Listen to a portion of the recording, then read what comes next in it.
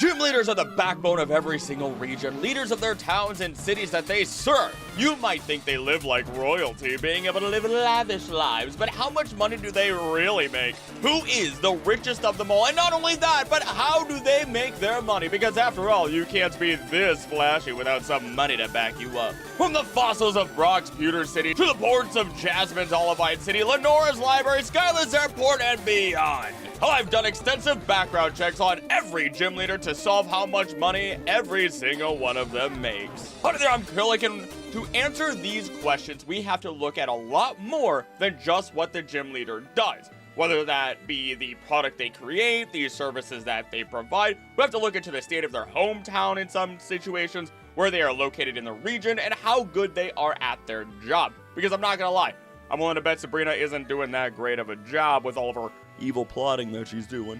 We'll keep this simple in terms of organization and simply work through each of the regions one by one in order of the gym leaders. We'll look into their backgrounds to assist with our analysis, and we'll use the anime to fill out any missing information as well. Then we'll place them into tiers of money making for the most part, rather than specific dollar amounts, which would just get very arbitrary and basically impossible to find. After all, I don't want to bore you with all the nitty-gritty numbers. And by the end of all this, we'll even be able to figure out who the top 5 richest of the rich are.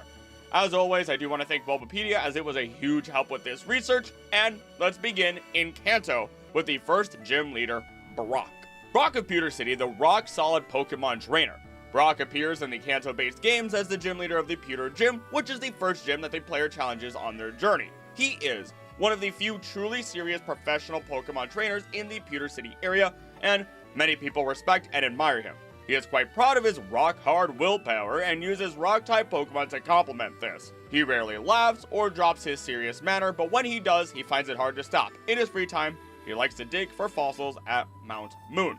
Now, when we look at Pewter City, the museum is actually the primary focus and the main attraction of the city. There is a cost to enter, the museum being like 50 Poké-Dollars, but what's more interesting is that this would mean that between the museum, Brock mining for fossils in his free time, and the city not being a high traffic area unless you're just now beginning your Pokemon League challenge, that Brock actually might not be making that much money after all. When we look at museums, they make their money through tickets, annual passes, merchandise sales, renting out spaces for special events, donations, and arguably one of the greatest sources of their income, government grants, at least in every other place in the world, because, you know, the United States doesn't always do that. But hey, this is Pokemon, meaning that what Brock is doing is he is not only running their gym, but he and Pewter City are being funded through their extensive, careful mining and research of Mount Moon, as they are not on the search for just fossils, but also look into other phenomenon as well, such as the Moonstones and Clefairy, which at the time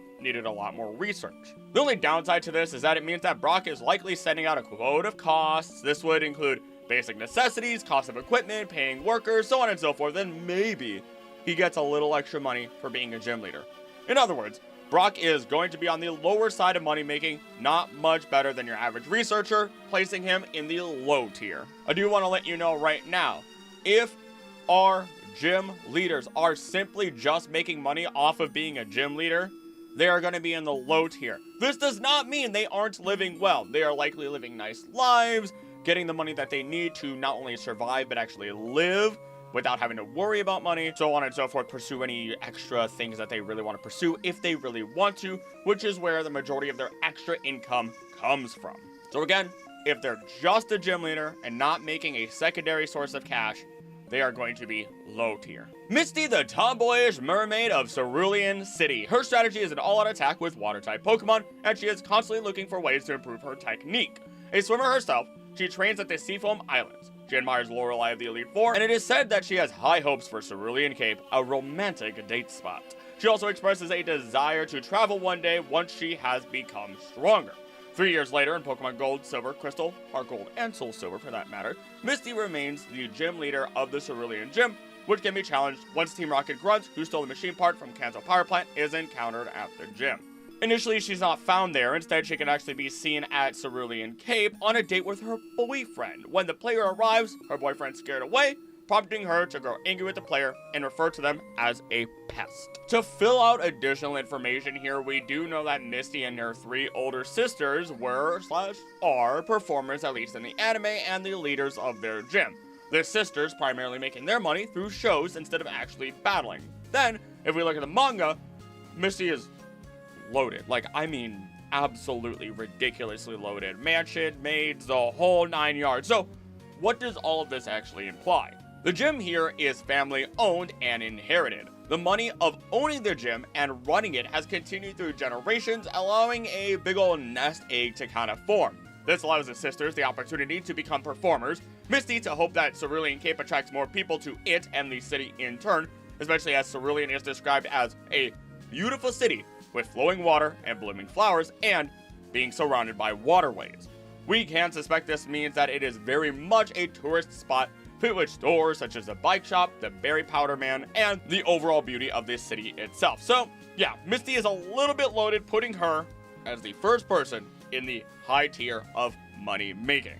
Lieutenant Surge, the Lightning Lieutenant of Vermilion City. Lieutenant Surge is known as the Lightning Lieutenant. Apparently he is, or was, a soldier who fought in at least one war, during which electric type Pokemon saved his life. As a member of the army, Surge was a strict CO and was rather cautious.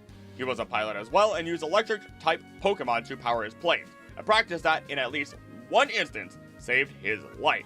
Also, Surge saved the life of one of the trainers in the gym who was in the army at the same time. Now, Lieutenant Surge is a little paranoid and sets up a series of traps in the gym. He also takes a liking to trainers that he says have a lot of guts, considering he is American.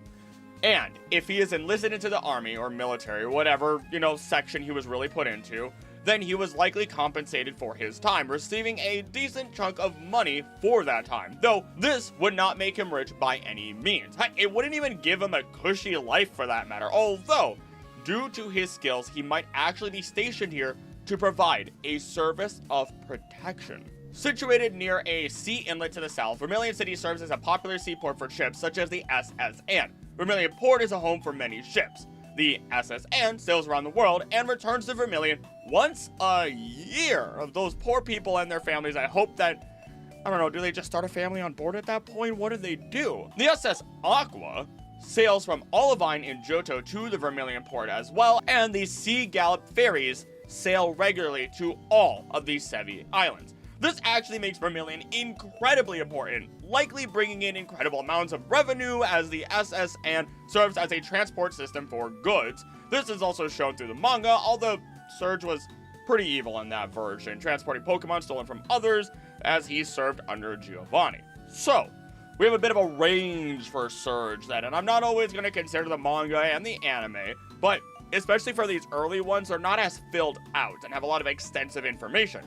I can at least guarantee that as one of Giovanni's elite, he was promised not just the power that was given to him, but also incredible riches. I'd set him, if we were to kind of balance out all the different versions, into the middle high range.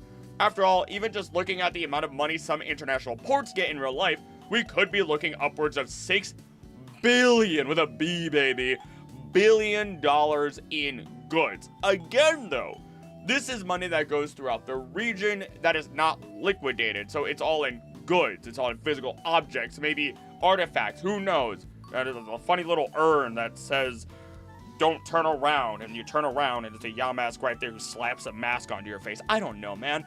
Either way, he is protecting this city and this area, these ports, as the SS Anne is incredibly important, and he is getting paid very well.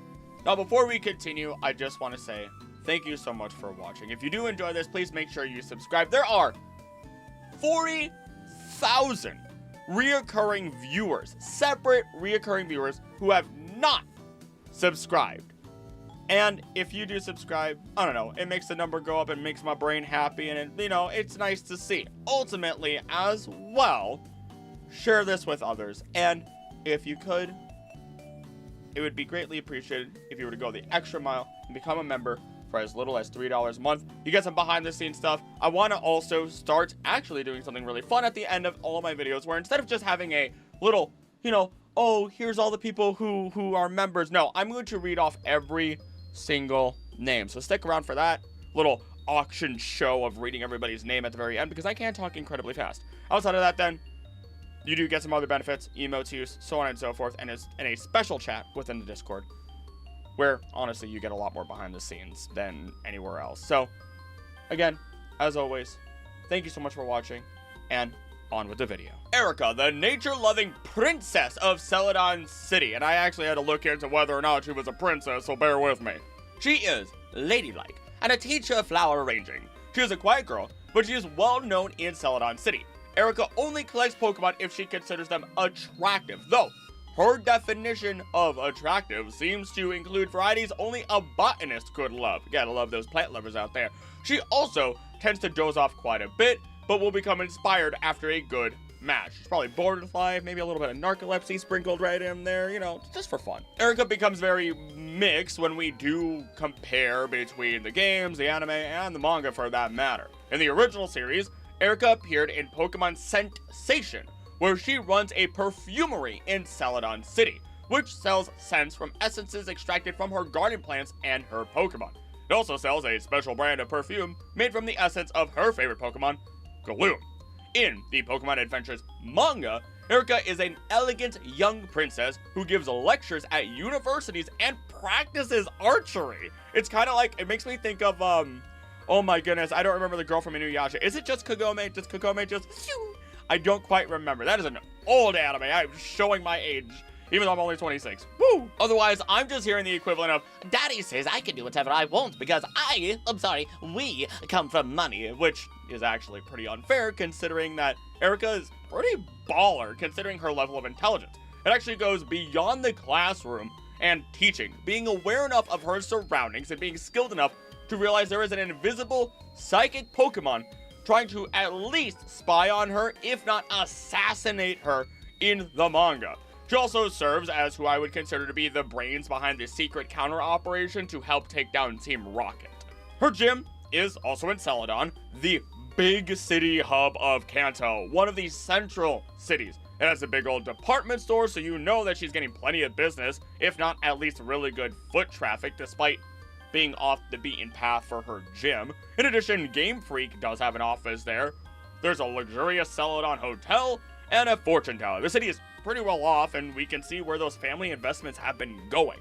So, fit Erica with her intelligence, her strong abilities, and execution or ability to execute her tasks, her perfume brand, and finally, tack on the fact that she is a princess on top of it all, like a legit princess, and we have a high tier wealth individual here.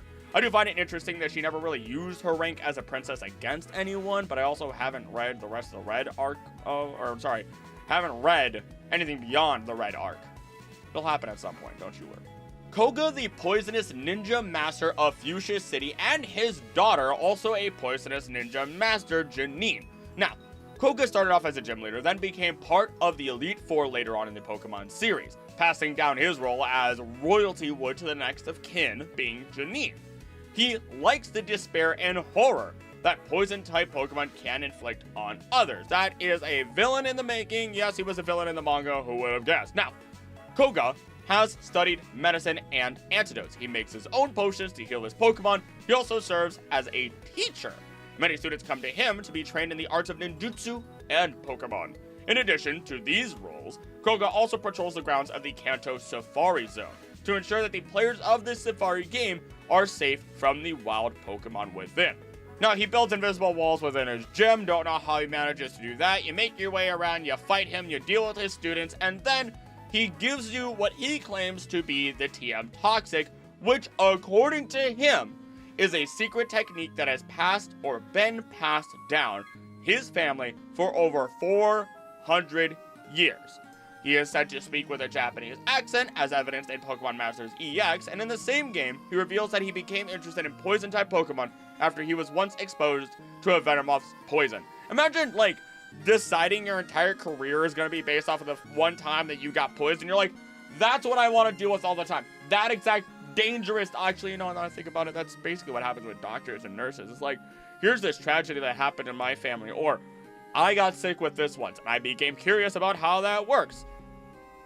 Done. Like, I guess I can't actually fault the logic here. Again, he was, in the manga, one of Giovanni's elites. But let's look at Janine to see if we can find any additional sources of wealth from them. Originally, Janine's goal was to use poison-type Pokemon just as well as her father. After becoming a gym leader, she hoped that by applying herself, she would improve her skills and become better than both her father and, following her loss, the protagonist. Before the events that led her to her employment as a gym leader, she could be seen outside of the Fuchsia Zoo. Ultimately, looking at everything, it seems like the major service and source of the family is actually exactly that, the Fuchsia Zoo. Otherwise, we do have the Safari Zone there as well.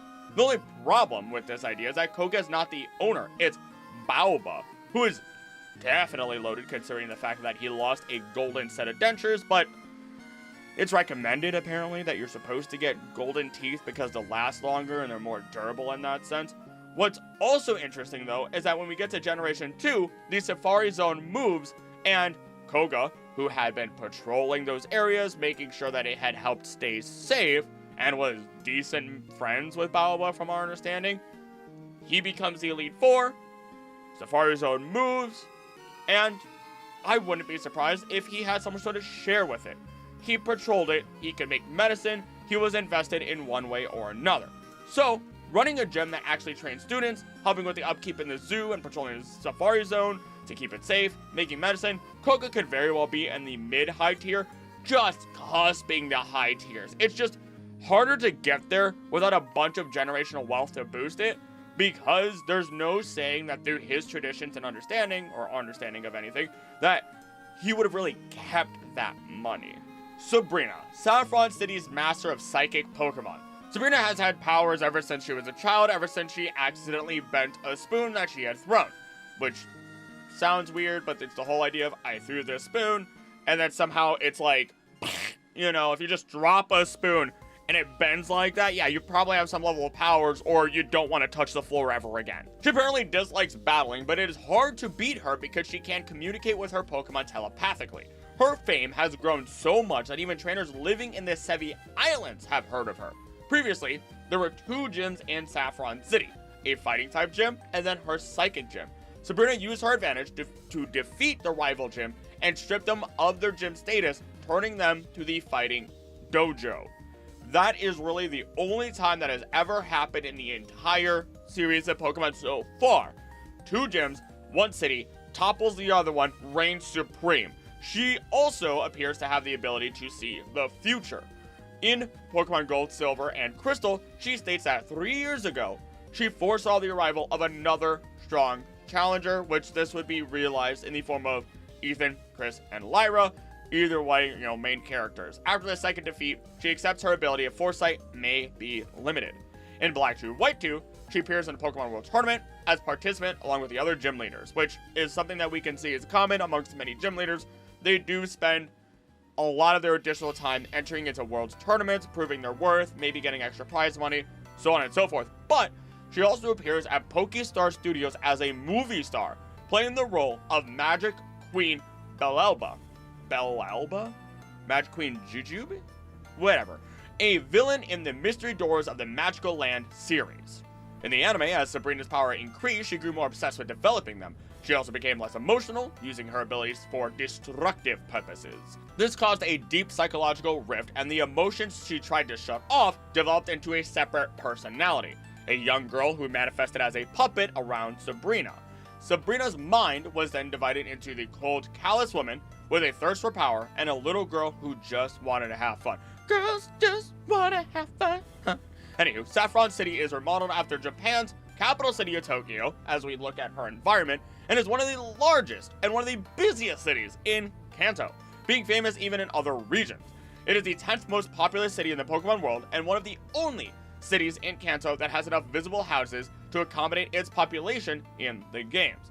The large Silphco headquarters building stands firm as the city's centerpiece. The Magnet Train also allows access to Johto, which is located here. I scripted that really weird, and I didn't know how else to finish that. This is just what happens. So what does all this mean for Sabrina? It's kind of hard, if I have to be honest with you. We have a gym leader in the 10th largest city in the world, likely makes most of her money just being a gym leader without having to do anything else whatsoever considering her abilities. Though it would be really fun to consider that since she can see the future, she's going to sit there and go, oh yeah, Silphco, you make that one. Go ahead, make that one. That's a great idea. I can see 3 years in the future. It's going to work out just fine. Or knowing that a lottery ticket is going to work.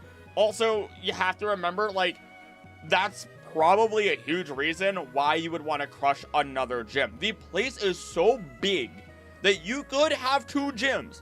And Sabrina goes, I want everyone to come to me. You are going out of business. Crush. Gone.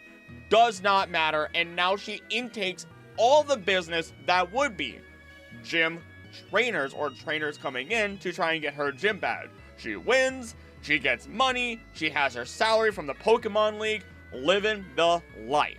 Because let's be real, if you could see into the future and you utilized it to the best of your abilities, you could easily make yourself rich. And for the last time, she was Giovanni's elite, one of them in the manga. I'm just going to say she's mid-high tier with the potential of being high tier. Blaine, the hot-headed quiz master of Cinnabar Island. His strategy is to incinerate challengers with his rough and ready fire-type Pokemon.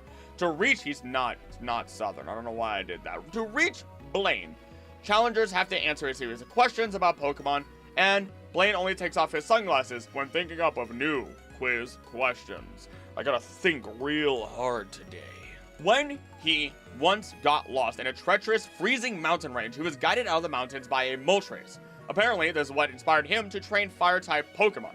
Blaine is a resident of Cinnabar Island and has lived there since before the Cinnabar lab was built. He is good friends with Mr. Fuji and used to do Pokemon research with him. Blaine is easily explained as genuinely being funded by Team Rocket no matter the version. He was a researcher before the burned mansion burned, so, when it was just the mansion. Joking aside, though, that was the lab, and Team Rocket funded immense numbers of researchers with an incredible amount of money in order to create a superior life form that would be stronger than anything found in nature. He, and in fact, Fuji, would both be given everything they needed to create Mewtwo, a creature intended to be used by Giovanni and allow him to take over the Kanto region, if not the entire world, and I can't resist it. First I'll take over Mewtwo, and then I'll take over the entire Kanto region! That's just been stuck in my brain since I played Smash Ultimate with mods, and I literally fought Mewtwo as Dr. Doofenshmirtz. It's just stuck in this brain of mine forever. I'd say maybe when he worked for Team Rocket, he was probably paid handsomely, but even then, probably didn't keep it, put it into his work. And after leaving, he is literally living in the shadow of the mansion. Considering his personality and location, it seems like he's trying to ensure something like that never happens again. I wouldn't be surprised if any extra funds he gets, he instead puts towards Fuji and his Pokemon Care Center, while maybe also looking into some more benevolent research on his own end. At least, that is until the volcano eventually erupts and the island is evacuated as it is then destroyed, and Blaine has to put his efforts towards rebuilding elsewhere. So, I'd actually place him on the low tier just like Brock. Again though, one last reminder. This does not mean that he or any of the other gym leaders that we talk about and put in the low tier are actually poor. They get enough money to live comfortably thanks to the salaries given by the Pokemon League. Giovanni, the self-proclaimed strongest trainer of Viridian City. In the first games he appeared in, he served a dual role. One that was well known to the residents of Kanto, and one that was more secret. He was first shown as the leader of the villainous Team Rocket, the first of many criminal organizations to grace the Pokemon games. After the player defeated him and his team of grunts at Silphco, Giovanni fled to a hideout that the player was unaware of. Once the player returned to Viridian City, one of the major plot twists of the games was revealed that Giovanni, in addition to his role as a criminal, was the final gym leader to be fought before the Elite Four, albeit one without a formal title. Here, he specializes, though, in the ground type, and ultimately, he would go into a big tournament and call himself the strongest trainer, the self-proclaimed strongest trainer. In addition, his team was the Gems of Viridian City. Now, Giovanni himself, big crime boss, selling, kidnapping Pokemon, you send them out, perfect. You get them to the highest bidder. Then, on top of that, they had the game corner. You know what you do? You rig the slot machines. People spend their money, they get a Pokemon if they do manage to win, they're giving you money for coins, exchange rates are ridiculous in that game corner where it's horrible for you, but great for Team Rocket as they get a lot of money and you get just a pittance of coins, only for you to then get a Pokemon like Porygon or Dratini, and if you are not a good trainer, those Pokemon are said to be very difficult to train and will escape. We see this in the Pokemon manga from Blue. So, imagine, those Pokemon escape, Team Rocket gets them back, and then they just sell it to another idiot. As such, they're just raking in more and more dough, but it doesn't stop there. Giovanni is a blood diamond man. You think he's not going to be mining? If we look at pretty much every other ground, rock, or steel type gym leader, they are all mining. And we're going to talk more about them later for what their ores that they're mining and what they're doing and so on and so forth. Giovanni never states anything about that, but I would not be surprised if he was with his, again, ground type team. And he's intelligent. Not only that, but he has his mother, Madam Boss, who started Team Rocket. So he has generational wealth on top of everything else. Pokemon Master, generational wealth, funding of technology, and selling it to people who are gonna use it, other criminals, so on and so forth. It is insane. Putting Giovanni into the top tier of being rich easily. So he is going to be in the high tier, and he's easily near the top. Now, we can also talk about Blue, because once Giovanni was taken down, Team Rocket was dissolved, Blue did take over for Viridian City, though I don't think Blue is really going to count as much. Yes, he is the son of Professor Oak, who, let's be real, Oak probably is loaded, but he's such a great and benevolent individual that he is using that money to help other trainers, to help other professors. He literally goes to pretty much every other region and talks to professors and trainers and how to understand Pokemon better and better so that way he can learn them. He's a freaking hero in the Pokemon world through and through and one of the greatest leaders. So if Blue, and rather we know Blue is very similar to Oak, wanting to grow and be better and serve the people around him as he does get older and become more kind-hearted, Blue may have a good chunk of money, but he is very much focused on spending that money on others, which would put him in that low tier. Although he was also, if we look at Gary Oak, who is his parallel, he was looking at being a paleontologist, which is pretty dope. So as we close out Kanto, it becomes very clear that we have two top tiers making the most money within this region. We have the princess that is known as Erica and the mob boss Giovanni. Oh wait, hold on hindsight, that actually makes a lot of sense. We literally have a princess and a mob boss. I feel like I could have just looked through that lines and known right off the bat, but that's not the purpose of this. The purpose of this is to properly analyze and prove that we know this information is true. So, as we go along, we'll find that gym leaders have more defined gyms and additional jobs that show how they contribute to their region or make money outside of their gym leader's salary. We'll talk about all the richest gym leaders and then compare them to each other by the end. Also, I realize you can still be a princess and not have a ridiculous amount of money. So it's really hard to tell where Erica is, but she still belongs in the top tier. Anywho, onto Johto. Falkner, the elegant master of flying Pokemon. A master of flying type Pokemon, Falkner runs the Violet Gym, which he inherited from his father. The Pokemon he uses in battle also formerly belonged to him. His father is reported to be traveling, but is never seen in the game. He is adored and is seen as cool and handsome in terms of trainers. He reveres his father and aspires to follow in his footsteps to become the greatest bird Pokemon master. Larry would like to have a talk with you. Falkner uses, notably, the lowest leveled Pokemon found in any gym in any region so far, and his Pidgeotto is underleveled. That could be explained by finding it in the wild, which you can do, or the game's just being like, yeah, just because this was your father's Pokemon doesn't mean you're experienced in using it, so we're gonna bump it down a couple levels because it won't listen to you otherwise. In the anime, Falkner has a self-righteous attitude when it comes to Pokemon training, which angered Ash. Falkner also expressed an intense dislike for the assumption many trainers make that flying-type Pokemon will always lose to electric-type Pokemon, but proved to be slightly hypocritical as he criticizes Ash's poor choice of using Chikorita, a you know, grass type weak to flying types in their match. So, you know, oh, you should use better Pokemon to fight me. Oh, you're using electric types. You're such a, using your advantage. What's wrong with you? God, oh man, I can feel that there are people on the internet like that everywhere still. I can feel it. He is intense in battle and rigorously commands his Pokemon's every move.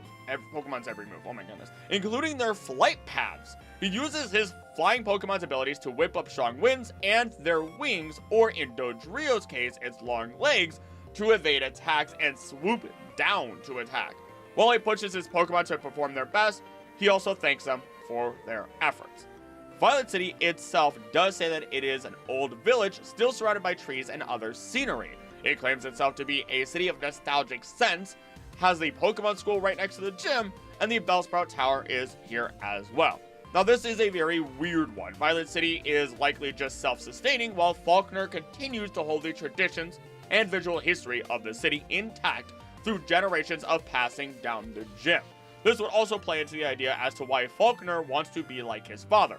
This maintains history, security, traditions, and more through familial power and wealth, held up by the Pokemon League. This could also serve as a tourist spot for some, or even just a place as many can gather early on in their journeys due to the school being here. In other words, this is as basic a town as any and money-making method as we can get, putting Falkner in that low tier. Bugsy, the walking bug Pokemon encyclopedia of Azalea Town. He is the second gym leader to be challenged in each of the games, although he cannot be fought until Team Rocket has been driven out of the Slowpoke well. Because of his research on bug Pokemon, Bugsy's knowledge makes him an authority on them. He even discovered the move Fury Cutter, which is the signature move on his Scyther. I'm sorry, I just got flashbacks. So I did Heart Gold, but can you beat it with Chikorita only? And I think I spent about an hour and a half on, like, this section with Bugsy. Like, I got destroyed time and time again. It's an old video, but go check it out. I have the whole thing subtitled. It's a fun video. I kind of want to do another video like that, but with, like, I don't know, a Pokemon that's still difficult to do it with, or all bears. An all bears run. I don't know. Either way, his research has led to his given title, the Walking Bug Pokemon Encyclopedia. He claims to never lose when it comes to bug Pokemon, but once defeated by the player, he will admit that his research is not yet finished. Like all the Johto and Kanto gym leaders, he'll leave his gym from time to time, and every Thursday he travels to Viridian Forest and will appear at the National Park. On Fridays, he takes photographs with the player and their first Pokemon. Bugsy elects not to compete in the bug catching contest as he has already won it many times. In the anime, he is particularly competitive, noting that few challengers had recently made it to the final round against his Scyther before Ash's match. He was excited to see Ash overcome his crafted strategies and went on to offer Ash a rematch if he returned to Azalea Town. Now, when we look at Azalea Town, it is a charcoal or wood town, lumber town, so they're helping provide, again, fuel or lumber to the region through the wood procured from Ilex Forest. This also means that Bugsy could be providing additional services through maintaining said forest and the security of this town within the woods. Also, with Bugsy, we have another researcher gym leader like Brock. Being the lead on bug types, though, is a pretty big boon, especially so with discovering the move Fury Cutter. Although, once again, this just means a little extra money, not boatloads as some might think. Bugsy is likely getting the majority of his extra cash through his past and current involvements with the National Park, helping with any of the bug catching contests and the maintenance of it and Ilex Forest, putting Bugsy, again, in that lower tier, maybe cusping middle tier. Whitney, the incredibly pretty girl of Goldenrod City. It's good to have confidence. Whitney uses the normal type, and although she only began battling a little while ago, her talent attracted the Pokemon League to choose her as a gym leader. Her gym is filled with other young girls like herself who use cute, normal type Pokemon like Meowth, and is shaped like a Clefairy. Oh, the gym is shaped like a Clefairy. I never knew that! You know, I literally sit down and script all of this, and somehow I still get surprised by it. I don't know how I manage it, but while in Pokemon Gold, Silver, and Crystal, all challengers have to do to reach Whitney is navigate through the gym's maze puzzle. Whitney is initially absent from the gym in Pokemon Heart Gold and Soul Silver. She can be found in Goldenrod's radio tower, attempting to win a radio card. If the player helps her, she returns to the gym. And despite this act of kindness, she will throw a temper tantrum upon defeat and refuse to give the plain badge until eventually she calms down. While she doesn't appear in Pokemon Sun, Moon, or Ultra Sun and Moon, she and her Miltank are rarely referenced in the Pokemon Center cafes when the player purchases Moo Moo Milk. It is noted, her Miltank can produce high quality milk. In other words, she is making that moolah from selling milk as she gets older, and that's a sentence I just said out loud. We're moving on. Now, in the anime, Whitney is a sweet but ditzy young lady who can easily, or does easily, get lost in her hometown. She shows a lot of affection towards her own Pokemon and the cute ones like Ash's Pikachu. Whitney's battle strategy hinges on the increasing strength of her Miltank's almost unstoppable rollout and her Clefairy's unpredictable metronome attack, which can sometimes backfire. Goldenrod City, where she is a sprawling metropolis located in western Johto. It is the largest city in the region and one of the largest cities in the Pokemon world. Goldenrod is the center of the region's economy and telecommunications. Major attractions for trainers include the Goldenrod Radio Tower, the department store, game corner, name raider, magnet train, a global terminal, and of course, Whitney's gym. Now, with Whitney being here, all the stores, all the foot traffic, being a gym leader, being on radio shows, throwing the idea of not smacking things on your desk, her finding out her Miltank produces quality milk and setting up that branding, and you have someone who is easily going into that high tier. Not the top of high tier, but when your Pokemon's milk is being shipped across regions over the water to Alola, which we know is far from Kanto and Johto, you're definitely making mass amounts of money. Morty, the Mystic Seer of the future of Ecruteak City. Morty appears in Pokemon Gold, Silver, Crystal, Heart Gold, and Soul Silver, where he is the 4th gym leader to be encountered. A user of the Ghost type, he is known as the Mystic Seer of the future, and is a follower of legendary Pokemon, and trains at Ecruteak, so he may be able to see the rainbow bird Ho-Oh. And he's also friends with Usein. The body of Morty's gym is a dark pit. Trainers appear to float over it, standing on the invisible floor. Some trainers are scared away by the ghosts within the gym, which, prevents them from actually challenging it. A challenger able to navigate along the invisible floor can safely reach Morty and challenge him. Morty does not spend all of his time in Ecruteak Gym. In the Crystal, Heart Gold, and Soul Silver versions, he will join Usein in the Burned Tower, where they study the legendary Pokemon Suicune, Entei, and Raikou. He'll also visit Belltime Trail, the short path leading to Ho-Oh's Sacred Tower, which I always forgot had a name. In the anime, he is generally calm, knowledgeable about the legends surrounding Ecruteak and Ho-Oh, and aside from ghost Pokemon being his specialty, he also communicates with them and is great friends with the wild ghost types that live in the Burned Tower. We're gonna come back to that one. Ecruteak is known as a historical and mythical city. Fittingly, its buildings all feature traditional Japanese architecture. The tallest building in the city, and perhaps all of Johto, is the 10-story bell tower in the city's northeast corner. Built nearly a millennium before the events of the games. The city is known as being a center point of the legendary Pokemon native to the Johto region, with the great Ho-Oh once being said to have roosted atop the bell tower and having created 3 legendary beasts of the Pokemon who perished when Brass Tower burnt down. In this city, we have the towers. We have the Komono's Sisters Tea House, which is well known historically and is an entertainment attraction location. And overall, the place is a great tourist spot. Morty is a historian by all means, and it makes sense because he can talk to ghosts. He can have the most accurate sense of history of any place ever if he wanted to. I'm sorry, but imagine this. The entire tower burns down, and you want to know the story of it, word for word? Morty's got it! That's why he's so knowledgeable on it. He can literally learn the history from the ones that were already there. And I never realized that until this research, and it's so cool. And he got so much more respect from me because of it. So what does this mean for Morty? Well, he's just like Bugsy. He is the expert of his own right, the go-to for history. Maybe he gets research grants, maybe he battles any of the trainers that can actually, resolve themselves and fight him, getting, brave and not actually getting scared by the ghosts, and that's really it. He's likely low tier. Still, compared to many of our other gym leaders. Chuck of Signwood says his roaring fists do the talking. He is married but spends little time with his wife. She isn't too fond of this, of course, and spends her time standing outside the gym, perhaps waiting in hope that he will come home.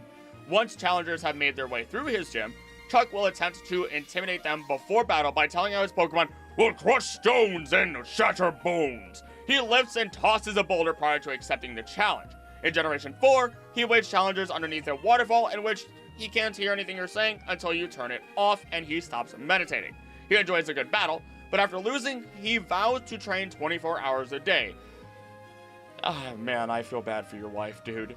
He actively trains with his Pokemon and uses himself as a decoy to test their strength. He pushes them to perform their best and feeds them enormous amounts of power food to maintain their muscle.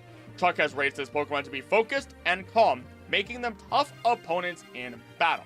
Even though he is a fighting master, Chuck gets tired easily due to his body shape. His wife repeatedly makes fun of him for this. He is also optimistic and burning with enthusiasm. In addition, Chuck has a tendency to break out into tears whenever he is overjoyed with his Pokemon and their progress. The man's just not good at cardio. He's got a lot of strength, just, maybe needs to run a little bit more. But don't doubt the power behind the fists. Cianwood is located on the far western edge of Johto, apparently on a totally different landmass than the rest of the region. Due to Cianwood City being at a dead-end location in the Johto region, it was not a popular destination until Generation 4 when the Safari Zone attraction appeared there. We also have the Cianwood Pharmacy, which is a special small pharmacy that is over 500 years old. The Cianwood City Pharmacy sells remedies exclusive to the town, and Jasmine, another gym leader we'll talk about later, will ask the player to fetch her Ampharos some medicine from there. With it being a dead-end location, not many people except sailors stopping by at first, but then knowing the Pokemon League and the Safari Zone have their hands here, it all likely means that Chuck is more of an investment due to his power. There's not a lot there. It's small establishments, few people, though it does have some history considering that pharmacy. What this means is that this is just Chuck keeping the place safe as it develops and the Safari Zone settles in. He doesn't seem like he cares about money considering his behavior, so the League money and the Safari Zone finding their way there is far more than enough for him and likely just keeps him in the low tier. Jasmine, the steel-clad defense girl of Olivine. She is a shy girl who has trouble speaking. She is compassionate, and with Ampharos, which she nicknamed Amphi in the Olivine Lighthouse, when it falls ill, Jasmine looks after it. Amphi will only take the medicine the player brings from Jasmine. When the player first meets her, she will refuse to battle, as she is busy caring for Amphi. She requests that the special medicine is brought from Cianwood Pharmacy, and when it is retrieved, she heals it and returns to the gym afterwards. In battle, she uses the newly discovered Steel-type Pokemon, but a gentleman in the lighthouse says she used to train Rock-type Pokemon such as Onix, meaning that she evolved her Onix into Steelix. After exchanging numbers at the diner, visiting Jasmine at her gym in Olivine will cause her to offer to make a trade with the player. Although, the player will need to talk to Jasmine a second time because she will be nervous about it. She offers a Steelix nicknamed Rusty that holds a Soothe Bell. She will accept any Pokemon in exchange, being the first in-game trade where this is possible. Rusty isn't actually the same Pokemon as her fighting Steelix that she has, as Rusty is male, whereas her Steelix is female. Why did I have to say it that way? In Pokemon Diamond, Pearl, and Platinum and their respectable remakes, Jasmine is staying in Sunnyshore's City for a while, which she says reminds her of home with its lighthouse and its location at the sea. She also occasionally enters Master Rank Super Contest shows with her Steelix nicknamed Rusty. So that's where Rusty comes from. In the anime, she's still gentle and soft-spoken typically, though in battle she is markedly more confident and somewhat aggressive, making this a notable departure from her in-game personality. In Nerves of Steelix, she was not afraid to take on Team Rocket and was quite vocal in letting Ash know that she wouldn't go easy on him during battle. Jasmine holds herself to account in her role as Olivine City's gym leader and also expects these standards to be upheld by her apprentices. She is, however, very mindful of her limitations and will seek time away from her gym leader duties to collect herself. So, we know Olivine is a port city. It houses a lot of sailors, has a lighthouse, a number of eating establishments. The SS Aqua, likely the SS Anne is passing here considering the trade between Kanto and Johto, and of course, the battle tower is nearby. This means for Jasmine, she would likely be in the same earning tier as Lieutenant Surge, considering the importance of the port, stationing a capable gym leader there, and in this case, it is actually Jasmine. Although we can add in the extra money she gets from Master Rank contests. She would be higher if we could confirm that her family has been protecting this location for a long time, but we don't see any confirmation of this. We know she's been doing this for a little bit. Either way, she's making bank, and she's in that maybe mid-high tier. Price of Mahogany Town, the teacher of winter's harshness. Price is one of the oldest gym leaders players will face in the games. He has been training Pokemon for over 50 years, and the Pokemon he battles with have been with him since before the main characters were born. The secret behind his power is, like Chuck, his daily meditations under a waterfall. He claims that this strengthens both his body and his mind. And every morning between 6 a.m. and 10 a.m., he will head north to the Lake of Rage's west shore. Mans just needs a little walk. In the anime, Price has become an incredibly stressed and cold person after his faithful Piloswine seemingly had walked out on him after they lost a battle many years ago. He went on to focus his energy and strategy on training a Pokemon's abilities, but had no emotional connection with them at this point. He even refused Ash's initial gym challenge after deeming him too emotionally involved with his Pokemon. That makes me want to punch him, I'm not gonna lie. However, after being reunited with his Piloswine and realizing why it left him in as cold as Price, Price's sadness was replaced by joy and optimism. Not getting a lot of info on this old man, but we can dig into Mahogany a little bit next. Mahogany is a quiet, relaxed town, has no Pokemart. Instead, there's a shop used by Team Rocket as a base, though once you clean that place out, it is converted into a store run by a little old lady. Outside of the shop, the old lady's granddaughter sits and promotes the store. She claims that her grandmother sells stuff that nobody else has, however, nothing that her grandmother sells is unique to the shop. Only in Generation 2 does the old lady sell the Rage Candy Bar, which is a unique item that is also sold by the salesman, blocking the way out of Mahogany until you complete the events of the game. While inside, the old lady, who makes whistling noises with her false teeth, serves people with items similar to those which a Pokemart would sell. All this comes out to Price being low tier. He's very similar to Chuck in this case, small town, few people coming through. Lake of Rage is nearby, I suppose, but it's just a walkthrough spot, maybe even a retirement spot for this little town. Mahogany is the Florida of Johto. I'm saying it now. Price is making his money through the league, and that's all he needs as he retires in Florida. Claire of Blackthorn Sea, the blessed user of dragon Pokemon. Claire is a descendant from a long line of dragon-type trainers, including her cousin, Elite Four member Lance, and the master of Blackthorn's Dragon Tamer clan. Claire is confident of her abilities as a trainer and speaks of herself as the world's best dragon master, despite Lance literally being in the Elite Four in Championship, whatever. She can hold herself against the Elite Four, her only known loss being against Lance being the champion. Even if the player defeats her in battle, she refuses to accept their talents until they pass the Dragon Master Challenge. The Rising Badge that victors of the Blackthorn Gym are entitled to remains in Claire's possession until they've navigated the Dragon's Den, located the shrine at the center, and then gone through the quiz. She acknowledges her loss, and she'll then encourage the player to excel at the Pokemon League. This is mainly personal, so she will feel less upset about her defeat at the hands of what she deems a child. Which, I mean, yeah, we are playing a child in the games. I don't know why I put quotes around that. The player's rival, Silver, takes to training in the Dragon's Den once the Elite Four have been defeated by the player. In this way, he is said to act as Claire did when she was young herself. In Heart Gold and Soul Silver, once Silver has beaten, or been beaten, at Mount Moon, Claire will appear in the Dragon's Den and team up with her cousin to face the player and Silver in a multi-battle. She initially tries to partner up with Silver after he challenges Lance, who then asks the player to be his partner, but Silver insults her outfit and asks the player to partner with him instead. I love the whole idea of like, not bad. You remind me of me when I was your age. I hate your outfit. Don't ever talk to me ever again. In the anime, Claire is compassionate towards her dragon Pokemon and all dragon-type Pokemon in general. She confidently approaches them in spite of whatever outbursts of anger they have, and then can calm them down with her soothing words. She understands their feelings and allows them to spend free time in the Dragon Holy Land, which is a location past the Dragon's Den, which is not in the games. We are not going any further with that though, because the anime version of Claire is vastly different, and her and Lance aren't even related to each other in the anime for some random reason. Now, Blackthorn City is a large city with a fairly small population, and it exists right outside the ice path, which makes it harder to get to. According to residents in Blackthorn, most residents hailing from the city end up being dragon-type specialists, perhaps due in part to the Dragon's Den. In Gen 4, the city appears completely different. The area now has uniquely designed houses with what appears to be straw roofs, although buildings such as the gym and Pokemon Center now appear to be the same visually as the rest of the region.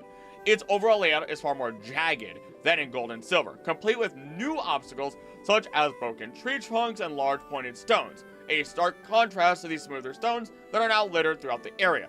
Grass and flowers now grow throughout the edges of the city, especially when closest to the water. Frost appears to creep from the entrance of the ice path, which tints the grass a lighter green before returning to the darker green throughout the rest of Blackthorn. This makes, overall, the area far less maintained. Whether that's on purpose or not, ultimately means, no matter what, that people aren't caring enough or aren't being paid to take care of it.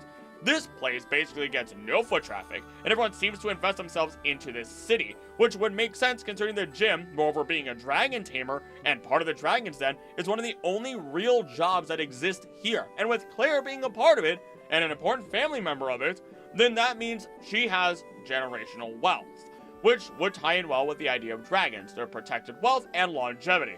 This alone puts her into the high tier despite not a lot of income for the town from the region outside of the league funding it. With Johto, it doesn't seem all that different, with only a few outliers within the region. Once again, we have Whitney, who gets more money as she grows her brand, and then Claire, who has generational wealth but isn't really gaining anything else.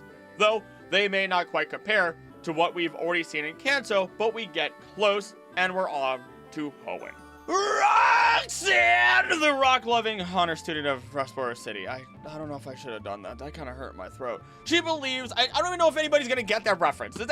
If somebody gets that reference, please let me know. That's such an old song. That's before my time, I'm pretty sure. Either way, Roxanne believes rock-type Pokemon to be rock solid, and her strategy is to use rock-type power attacks. She became a gym leader so that way she could apply what she learned at the Pokemon Trainer School in battle. She wants to face many new opponents to see them demonstrate how they battle and with which Pokemon. After Oris Delta episode, she could also be seen at the Fossil Maniac's cave, begging for a fossil. She even considers offering him a free stone badge in exchange, but quickly restrains herself despite her desperate desire. According to the TV show Trouble Talk, she is an expert in fossils and has been written up in a number of magazines for it. She is also a friend of Steven Stone and joins stone hunting groups with him, according to his stone seller on Route 114. In the anime, Roxanne is a top graduate of Rustboro City Pokemon Trainer School and now teaches the Academy's beginner class. She was granted the position of Rustboro's gym leader because of her excellent record at the Academy, and she allows some of Rustboro's students to undertake internships at the gym. She enjoys fostering young trainers, offers them real-life experiences such as filming her gym battles and taking her students on excursions. She values collaboration, confidence, and consideration in her students and earmarks those qualities as critical to a trainer's success with handling their Pokemon. Now, Rustboro City is a metropolis located in western Hoenn. It is the fourth largest city in Hoenn after Mauville City, Lily Cove, and Slateport. Rustboro has an unusual yet unique cityscape in the Hoenn region. The buildings' architectures are designed with stones, giving it an old-style feeling. And according to the Cutter's daughter, Rustboro was expanded to accommodate its growing size with the help of the Cutter's Pokemon, which cleared the trees. The Devon Corporation is headquartered in the northwest side of the city.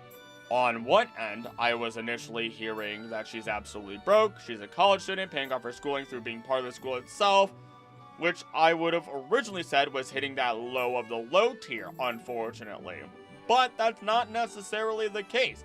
With her intelligence, her aptitude, and her proclivity to be a part of the school that, she was learning at, she may have gotten a deal, got those loans cut, in addition to being there for a certain number of years. Being friends with Steven Stone doesn't really necessarily mean anything. Like, cool, great, fantastic. Maybe he saw her and was like, oh, if you work for me a little bit, with the fact that I'm interested in the Mega Stones and studying those further, maybe we can cut a deal. So she might be like the high end of the low tier, which makes it a little bit easier and is a little bit more fair instead of just saying she's a broke college student.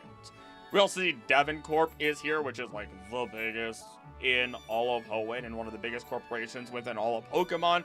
So at least this school is fairly prestigious.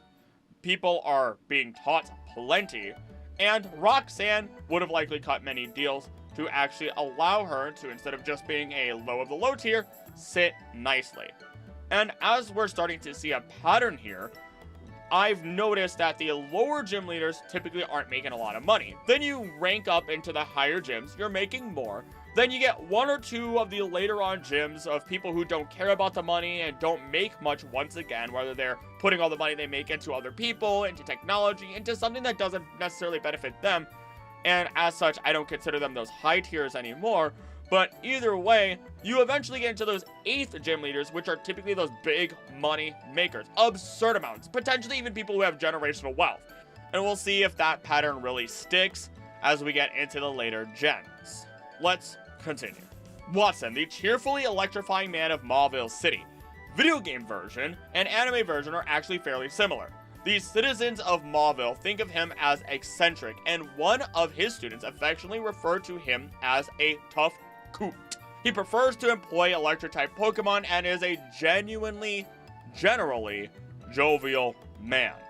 He once had a desire to convert Mauville in an expansion project, but abandoned that plan. Instead, he installed switch-controlled dynamos in his gym that create doors of electricity. In the remakes, however, his conversion plans were realized. Watson was the project leader of the C Mauville project under Greater Mauville Holdings. Based on documents in C Mauville, Watson ended up being involved in the closure of both New Mauville and C Mauville due to issues involving the environment and Pokemon. Prior to the closure of C Mauville, Watson was under investigation by Doc for actions that Watson took to close New Mauville. The company had ambitious plans that included urban redevelopment, the creation of infinity energy as a new energy source, and the extraction of deep-sea natural resources, but its ventures ultimately failed. New Mauville, a power plant stated to be expanded into a massive underground city, was shut down after it was found that wild Pokemon had begun using it as a habitat. This subsequently led to the closure of C Mauville, which also became a Pokemon habitat, and the dissolution of the entire company. Now, here's the really fun thing about Watson and why he has become one of my favorite gym leaders of all time. He found out through all the research and the studies that were going through that ended up getting reported to him that the infinity energy was a bioenergy that could be derived from Pokemon. The company that was running, even though he was a project leader, the company had other leaders and other people that were just sweatshop working these people. I mean, you don't take days off, you don't interact with Pokemon, you work extra, you don't get paid, you smile, you don't complain, you don't talk, whatever. The list goes on and on and on and on and on. It is a terrible, terrifying, horrible list where a company had 100% control and was abusing its employees. Now, Watson realized this, realized that, oh no, if they find out that they could just grab a bunch of Pokemon and then turn them into infinity energy that could be used to function all of this, this is gonna go bad. This is gonna go really bad. So he cancels it all, runs a bunch of different reasons, throws out hundreds of reasons. It's like, oh, we can't do this. This is a bad idea. Do you understand how bad this is? Don't do it. I'm canceling the whole thing. And then through the investigations, it was already too late. Everything was already canceled. It was already too far gone. They found out Watson knew about the biodiversity. Something is wrong. He's a liar. Something's going on here. The bioenergy. He knows. He knew. We need to investigate him further. We need to go after him. And clearly nothing ever happened to him. In the end, he defeated the evil corporation and now lives as a happy man in Mauville. And as we look at Mauville, it is located in the central Hoenn area and serves as the hub for travelers throughout the Hoenn region. It is considered to be at the crossroads of a nostalgic past and its new technology. Watson modeled the design of Mauville on that of Lumio's city of Kalos. Due to this, its layout has changed dramatically, becoming a mostly indoor city with various shops and 3 floors. The redevelopment of Mauville is the only successful project of Greater Mauville Holdings. We find TV Mauville here, the game corner, food court, plenty of stores. It's just one giant mall, but as a city. The interesting part of the city is that it is entirely solar powered, with also having extra greenery on top as well, ultimately making Mauville City a place that hits an interesting balance between nature and city life itself. A self-sustaining city that would make any environmental engineer weep with how beautiful it actually is. And considering that I dropped out of college when I was, gonna go do environmental studies and everything like that, and got to learn about a bunch of this, it's amazing. I love how this is. Assuming that it is entirely self-sustaining and actually using purely natural renewable energy, as it seems to be, it's a dream. This also makes it very clear that Watson had a huge part in hand of the company, being wealthy enough to be a part of the greater decisions until he decided that he would change it all and make sure that it ultimately collapses without new info coming in with the cancellation of the original Mauville or New Mauville project, all until eventually he could return to the project and do it all himself the right way. Watson is baller, and with overall success and how much he was invested in, you can't tell me he isn't in the high tier. Flannery of Lava Ridge Town, the one with the fiery passion that burns. I don't know why I keep going southern today. Her passion for Pokemon burns stronger and hotter than a volcano. She is admired for her beauty and strength. She's only been gym leader for a short time, and she tries to act intimidating but can't quite get it right. After she loses to the player, she realizes that she was trying too hard to be someone that she wasn't, and will now start to run things her own way. In the anime, she is enthusiastic about her new role, but is still getting used to the responsibilities and was overwhelmed. While Flannery already has the hallmarks of a gym leader, including her confidence and dedication, her grandfather, Mr. Moore, returned to the gym to help support her training. In all versions, she has inherited her gym from her grandfather. Now, Lava Ridge, despite being a small town, is a popular destination within Hoenn thanks to its hot springs said to cure any ailment. More specifically, according to legend, the Lava Ridge Hot Springs calms tension, relieves muscle ache, solves romantic problems, and attracts money. This makes Flannery and Lava Ridge way more cut and dry than I actually expected, though I'm unsure if this would make her be put into the high tier. I would argue because the hot springs are naturally heated, this is more of a protection idea than a, oh, we created this idea. Because people are crazy enough to settle next to a volcano, they're definitely going to need somebody who can save them when it inevitably erupts. So maybe we'll put her into the mid-high tier just to be a little generous. Norman of Petalburg, the man in pursuit of power. Norman is also the player character's father in Pokemon Ruby, Sapphire, and Emerald, no matter which gender is selected. The other gender choice, and therefore the rival, is the child of Professor Birch. Although he is the first gym leader encountered, he refuses to battle until the player has at least 4 badges. Before stating this, he introduces the player to Wally, and is like, go help this sick kid go catch a Pokemon. He'll bring his confidence up or whatever. As revealed in Pokemon Black 2, White 2, Norman and his family were originally from Olivine City in Johto. He, as well as the player, have just moved to Hoenn so that he could take up the position of gym leader. People have come to describe him as someone who lives for Pokemon. The problem with Norman is that he is vastly different between versions of himself, anime, manga, games, so he can be pretty much easily summed up as this. Norman is very dedicated to running the Petalburg gym, often working too hard. He then often delegates his tasks to other people, like assistants for his greenhouse in the anime, or everyone else parenting his children. Petalburg is seen as a place where people simply mingle with nature. There really aren't any attractions here, there aren't incredible amounts of people coming through, there aren't any big exports, they just live by the water. That leaves salty smell in the air, which is kind of nice, and I do miss it because I used to live in Florida. This is where I'm from, actually, so, But I'm not even sure Norman even provides a proper service at this point either, for that matter. It could be because he just moved in, but it was also shown in the manga, at least, that he just does not care. In fact, he loathes the way the Pokemon League works and the Pokemon Association itself. At best, maybe he's making a little extra money teaching kids in the dojo how to, punch each other in the face, but that's about it. He's legit another low tier in the terms of money making. Winona of Fortree City, the bird user taking flight into the world. Winona is a very passionate Pokemon trainer. She loves flying types and has developed a bond so close to them that she claims she has become one with bird Pokemon. She also taught how to battle to young trainers such as Picnicker Kylie. After entering the Hall of Fame in Oris, Winona can be found atop one of the 4 transmission towers on the roof level of Mauville City, feeling the wind in her hair. The player can't interact with her, but you can speak to an old woman watching her directly beneath the tower, who asked what could have possibly motivated Winona to do something so reckless and dangerous. She literally has a flying type Pokemon team, so like, you can literally carry her wherever she wants to go. I'd be doing the exact same thing. You have so much safety. 6 flying Pokemon is a massive safety net if you're in the air, safer than if you're on the ground for that matter. Now in the anime, she has a deep respect for the sky, even praying to it for good luck prior to taking on a challenger, which I think is pretty sick. The residents of Fort Tree City live in tree houses and get around by a system of rope bridges that hang in the treetops.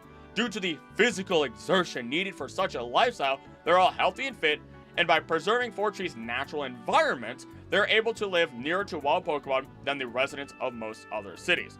So while Winona and the Fort Tree City people may not be rich in terms of money, arguably the poorest of all gym leaders and cities, they are probably the richest in terms of health and happiness, making them the richest in the quality of life, but still setting them in the low tier. Tate and Liza, the mystic combination of Moss Deep City. They're literally kids. They buy toys at the Lily Cove department store. In the anime, they act like good siblings. Liza appears to be more independent, experienced in battle, and confident, whereas Tate is more jovial and focused on proving his own worth. Liza loves to annoy Tate by teasingly reminding him of things, and especially refers to him as her little brother, even though they are twins, which proves to be her primary way of agitating him. Regardless of her teasing habits, Liza cares for Tate and will stand up for him against anyone antagonizing him. As we turn our heads to Moss Deep City though, the primary focus of Moss Deep is cherishing Pokemon and conducting extensive research in order to understand the distant reaches of space. What does that tell us? Research grants everywhere. I mean everywhere. The entire city might be a research grant at this point, and that is reflected through Tate and Liza as they have Solrock and Lunatone, which came down from meteors from space. This likely sparked the curiosity of this city and how it continues to function. The history of Moss Deep and its overall location and weather patterns also support this. The island Moss Deep is covered in plants and flowers, its weather is mainly sunny, and its winds are stable. This clear weather made Moss Deep the ideal location to build a space center to launch large rockets. In Moss Deep, there is a white rock which holds a special meaning to the people at the space center. They place the rock outside of the space center as a symbol of their wish for the rockets to fly safely. Now, if we really wanted to put an actual general estimate to how much money is made here outside of being league individuals, partners, gym leaders, whatever you want to call it, it is estimated that aerospace engineers are making between $113,000 and $162,000 annually, astronauts earning between $85,000 to $158,000, and while Tate and Liza may not be engineers or astronauts or anything like that, they are helping by protecting this city. So, they're making pretty good bank despite being kids. They may have no real idea where to put it, but space sounds cool, so you just put it right there. You're either a space kid or a dinosaur kid. Which one were you?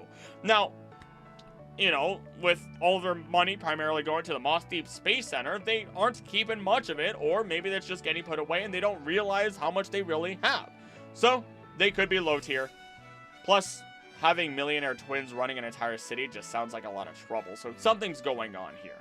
Wallace of Shoutout, artist and lover of water. Wallace also excels in Pokemon contests and in Oris can be encountered in Master Rank Beauty contests. He is apparently close to Steven Stone and assists him in the Cave of Origin quest in Ruby, Sapphire, Omega Ruby, and Alpha Sapphire. In Pokemon Oris, Wallace occasionally enters Pokemon contest spectaculars. The player may compete against him in the Master Rank of the Beauty category after entering the Pokemon League's Hall of Fame.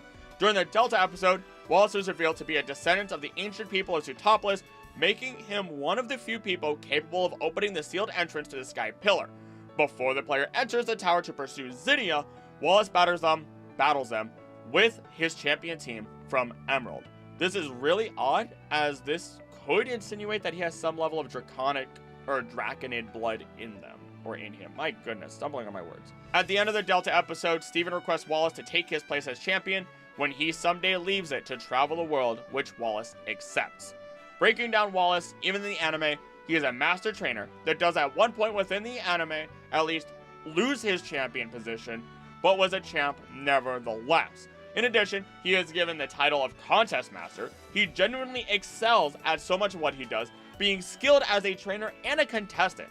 I feel like he has to be put into the very bottom of high tier at the least, as he doesn't have that generational wealth, but is incredibly successful. He is literally the star that came out of a meteor crash site that is Sootopolis itself, which can only be reached by sea or sky, isolating it for the most part. Despite all of that, he became a top-level performer in whatever he attempted. I mean, he even has a niece that is an idol contestant star. This whole thing just produces stars, and it's just one big, funny little pun. We can also look at Hoenn, but ultimately Hoenn is Wallace's mentor, and in the animated series, he is an accomplished coordinator. Very well accomplished coordinator. So, I'd place him in mid-high tier, if not mid-tier, at least because of that. Otherwise, he's kind of vague. This all made me feel like Hoenn may have the lowest amount of money in circulation overall. Even the people who have a lot of money aren't generationally wealth-based and don't seem to have a ridiculous amount of money. The closest we get is Watson, who rebuilt an entire city with groundbreaking innovations, and then Wallace, who jumped to the top of the ladder in Pokemon training and Pokemon contests. It's like the fall of Greater Mauville Holdings, a huge company, punched the entire region in the groin. The only thing holding it up at this point is the developing Devon Corporation. So there isn't a ton of wealth being passed around. And even if we look at the cities themselves, even they don't really seem like they have a lot of money. It's a very interesting idea to think of Hoenn as potentially not being the most economically sound right now. But enough of that, and onward to Sinnoh. Rourke the Rock from Oreburgh City. Rourke, as the Oreburgh Mines Safety Supervisor, lets the trainers of Oreburgh train in the mines. Despite his young age, he keeps the mine running safely and efficiently. After losing, he feels embarrassed that his Cranidos lost to a trainer without any badges and cautions the protagonist that the following leaders are a lot tougher. A woman in Sunnyshore's City mentions Byron and the Underground Man are related, and they, with Rourke, are a trio of dedicated diggers. As a child, Rourke spent a significant amount of time playing on Iron Island. Apparently, Riley was considered for the position of Oreburgh Gym Leader first, but declined and suggested Rourke for the position, so he was picked instead. I honestly would have never expected Riley to be on the docket for this, especially since I ever only associate him with his Lucario and traveling. In the anime, Rourke is the Oreburgh City Gym Leader, as well as the foreman for the Oreburgh Mine and the chief of Ancient Pokemon Expedition Operations. Rourke is a compassionate individual who often compliments his challengers on their strategies during a gym battle. Rourke is ambitious, but he puts a lot of pressure on himself to perform his best in the leading roles at the Oreburgh Mines and as gym leader. He also shares his father Byron's enthusiasm for fossil Pokemon and has deep interests in investigating the past. When we look at Oreburgh, it is a dedicated city to mining, especially as it has excess amounts of natural, non-renewable resources. Mine workers take breaks at the gym. The museum is closely related to the coal mine, and there are still massive deposits of coal there. Considering that we have, once again, a realistic job with a real salary we can attach to it, we can get an average of $60,000 a year for the foreman using US numbers. What does that mean within Pokemon? No idea, but if anything, in real life, they'll put him into the lower middle class, and that just made me feel way more poor than I actually am. We'll just say that, you know, Rourke is probably in the middle tier as well then, just to be nice. At least until coal gets phased out and no longer used, and the whole city might go under at that point because they gotta transform whatever their major export is at that point, which could actually mess up the entire, or big chunk of the economy here in Sinnoh, but Gardenia of Eterna City, master of vivid plant Pokemon. She appears in front of the old chateau to warn the player of the mysterious stories of hauntings surrounding it. She hints at herself being afraid of ghosts, She will also sometimes visit the villa and will always arrive when the houseplant is purchased. One of her lines of dialogue at the villa confirms her dislike of ghost types, and she notes that she is worried about what would happen if there was a grass type or grass ghost Pokemon which had not been materialized or created at that point yet. In the anime, she is an optimist and overly cheery. Her battle style is reliant on harsh sunlight, which increases the power of moves like Solar Beam, Weather Ball, and her Pokemon's incredible speed. She actively seeks out new challenges. She often ventures to the Eternal Forest to catch new Pokemon that she could then train. She is also prepared to trade for grass types she feels have potential. Her obsession for grass Pokemon is overwhelming and causes her to become flustered to an extent that she did not take Team Rocket seriously due to her fascination with James's Carnivine and Cacnea. So it doesn't really sound like she does much for extra income, maybe? Maybe she has like a greenhouse we don't know about? She is very much likely just tending to Eternal Forest whenever she steps into it, especially as she does go near the old chateau and knows about mysterious stories and hauntings surrounding it. Even if we look at Eterna City, it is just a living historian city. There were large festivals in the past that no longer take place. It's simply a place to pass through. As such, Gardenia is just getting that Pokemon League Kashish and is in the low tier. Maylene, the barefoot fighting genius of Veilstone. That makes me uncomfortable for a title. Either way, Maylene is considered a cute little girl, but adults in the town respect her for her power. Maylene's father gambles at the Veilstone game corner. She apparently does not know her own strength and is unsure of how she got to be gym leader and seems rather confused by the whole thing. I love the idea of this little girl who knows basically nothing, kicking everybody's butt, and then is given a crown. And they're like, you're in charge of this now. And she's like, I just want to fight, bro. I just want to play with my toys. I don't want to be in charge of anything. Later in Platinum, the player encounters her upon entering Route 217, where she is apparently training by walking to Snow Point City. She does not use Fly, even if she can, so she can train herself. She is also used to the cold, even if she is lightly dressed and barefoot. In Snow Point's Pokemon Center, she says that she admires Candace for being so studious and that she will see her later. She mentions that she believes that being barefoot is healthier than wearing footwear, pointing that Pokemon go barefoot after all. Maylene appears in Heart Gold and Soul Silver in Celadon City's restaurant, having entered what appears to be an eating contest. Piles of empty bowls surround her, amazing her onlookers. In addition, she will occasionally participate in the Pokeathlon Supreme Cup in the Power Course, with Lucario, Meditite, and Machoke. Maylene is held in high esteem by Veilstone City and regarded as a warrior for her usually confident and competitive spirit. Her athletic skills were showcased in her debut, where she was able to hit her Lucario's Aura Sphere attacks away. The attack that does not miss. She just, boom, just smacked it away like it's nothing. I'm sorry? And she meditates to improve her concentration in battle. With Veilstone, it is carved out of steep and rocky mountains, giving the city rock walls that project a cold atmosphere. It is fairly isolated and has little contact with other cities.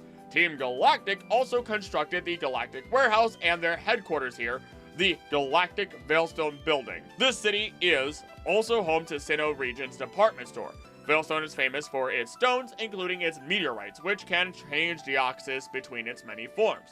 So, it's really weird. So it's isolated.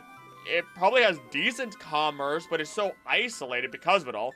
The city is taken advantage of because of this, as the evil team makes their home here.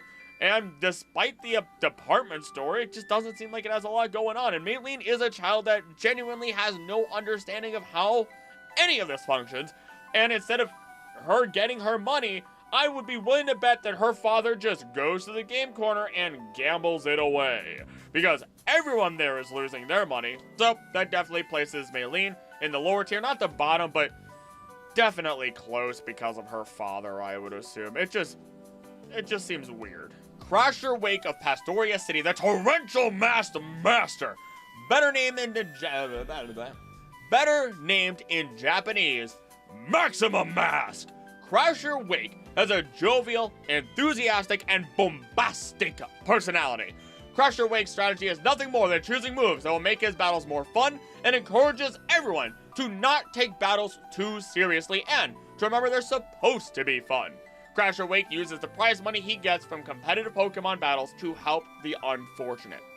He has his Pokemon use Defog to also keep the weather of Pastoria City clear. He later appears in the battle zone talking to player's rival, Barry. The rival also mentions that Crasher Wake was born overseas. However, he speaks clearly, without any foreign accent. In Black 2, White 2, Crasher Wake reveals that he was born and raised in the Sinnoh region, even though everyone thinks otherwise. In Platinum, he is first met when players try to enter Veilstone Gym. In Pastoria City, he sings his own theme song, and the rival wants him to be his mentor, much to his dismay. Crasher Wake also acts when a galactic bomb goes off at the Great Marsh. On Stark Mountain, he mentions that he'll be entering a tournament. In the anime, he is a lively person with a booming voice. He has trained his Pokemon to have an increased stamina to take even powerful attacks like Giga Impact without sustaining much damage. Crasher Wake uses his gym's water-based battlefield as another defense tactic, allowing his Pokemon to remain concealed and ambush the opponent's Pokemon in the process. I love this guy. He has easily become one of my top 5 after researching all this information because he is simply phenomenal. He is amazing at his battle tactics. He is sending his money to other people after earning it, and is trying to make things just fun, and is such a showy person. We don't even have to consider the things that happen within the city, which involve the Safari Zone as the only major attraction. The city was originally founded to protect the Great Marsh, which has naturally grown over the years. So this likely means that Crasher Wake is the reason the marsh is being preserved as it should be. I'd be willing to bet that this means he is keeping very little extra money, getting paid the league salary and just living his life as he competes and puts that extra money towards the benefit of others who need it. It places him in the low tier, but he is a top tier in my heart. Fantina speaks a mix of French and broken English, though that changes depending on which, version or language you are playing in, and is from another country. Upon arriving in Sinnoh, she decided to become a contest performer, so she dresses up in fancy outfits for Pokemon contests. She considers herself to be a contest expert and can occasionally be competed against in super contests or super contest shows, in which she uses her Drifblim, nicknamed Looney. It's because Balloonie. She also studied Pokemon and eventually attained the title of Gym Leader. Fantina uses Ghost-type Pokemon in her battles. She claims to be a fan of Dahlia's dancing style and a member of the Ribbon Syndicate of the resort area. She also mentions making regular visits to the Lost Tower. Okay, so she's a gym leader and another successful super contest contestant. That sounds redundant. And in the anime, a top coordinator who is also a gym leader still. Fantina possesses experiences from different fields and can be quite challenging, whether competing in Pokemon contests or facing challengers at the Heart Home Gym. She prioritizes stylish techniques. Take all of that and place it all into the 5th largest city in the world, that is Heart Home, where it is home to the Super Contest Hall, has the Pokemon Fan Club, and the Poffin House. Heart Home City is claimed to be a child-friendly city. There are many families and young mothers living there, some of whom can be seen with rams? I don't know what that word is. Most of the buildings use elevators instead of stairs so that small children and Pokemon can move through the houses. The citizens scrupulously keep their city clean, and it all started as a place where people gathered, then grew into a center of commerce. So we're talking high fame, home of the Pokemon contest, 5th largest city, super contestant, top coordinator, Ribbon Syndicate member, and gym leader. Fantina is famous, powerful, and loaded. High tier. Byron of Kanaloff, the man with a steel body. Byron asked Riley to become a gym leader, but Riley declined because he thought Byron's son, Rourke, should be considered first. He isn't surprised to find that his inexperienced son lost the protagonist, but his enthusiasm about the next generation of Pokemon trainers increases. Byron resolves to train harder at Iron Island to compete with younger trainers after his loss. He apparently owns the normally deserted cabin on Iron Island. After the player obtains the National Dex, he can be found there. Speaking to him results in him chiding himself for still treating Rourke like a child. He will then give the player a metal coat and leave. In Platinum, he mentions that he lived on Iron Island for a long time and so feels out of place when visiting the villa. In the anime, Byron left his position as the Orberg gym leader to his son Rourke, son, Rourke, after the Pokemon League informed him there was a vacancy at the Kanto gym. The transfer also allowed Byron to continue his hobby of digging for fossils on nearby Iron Island. Kanto City is a port city that is bisected by a canal, which is crossed by a small drawbridge. It has an air of exotic and foreign culture. Large ships are moored on the piers. In the old days, the port used to be a hub of cargo transportation, and, most important to me at least, it has the Kanto library holding many books on the Sinnoh myths. The ferry in the canal will also take people out to Iron Island and Full Moon Island, and sometimes New Moon Island, which of course is how you get, you know, all your little special Darkrai's and everything. Well, Darkrai and Railu and whatever. Cresselia, I think. It's been a bit. This makes it very clear that Kanto is a highly valued area, considering that it is a port city. The most difficult part about deciding whether or not Rourke is high tier is this.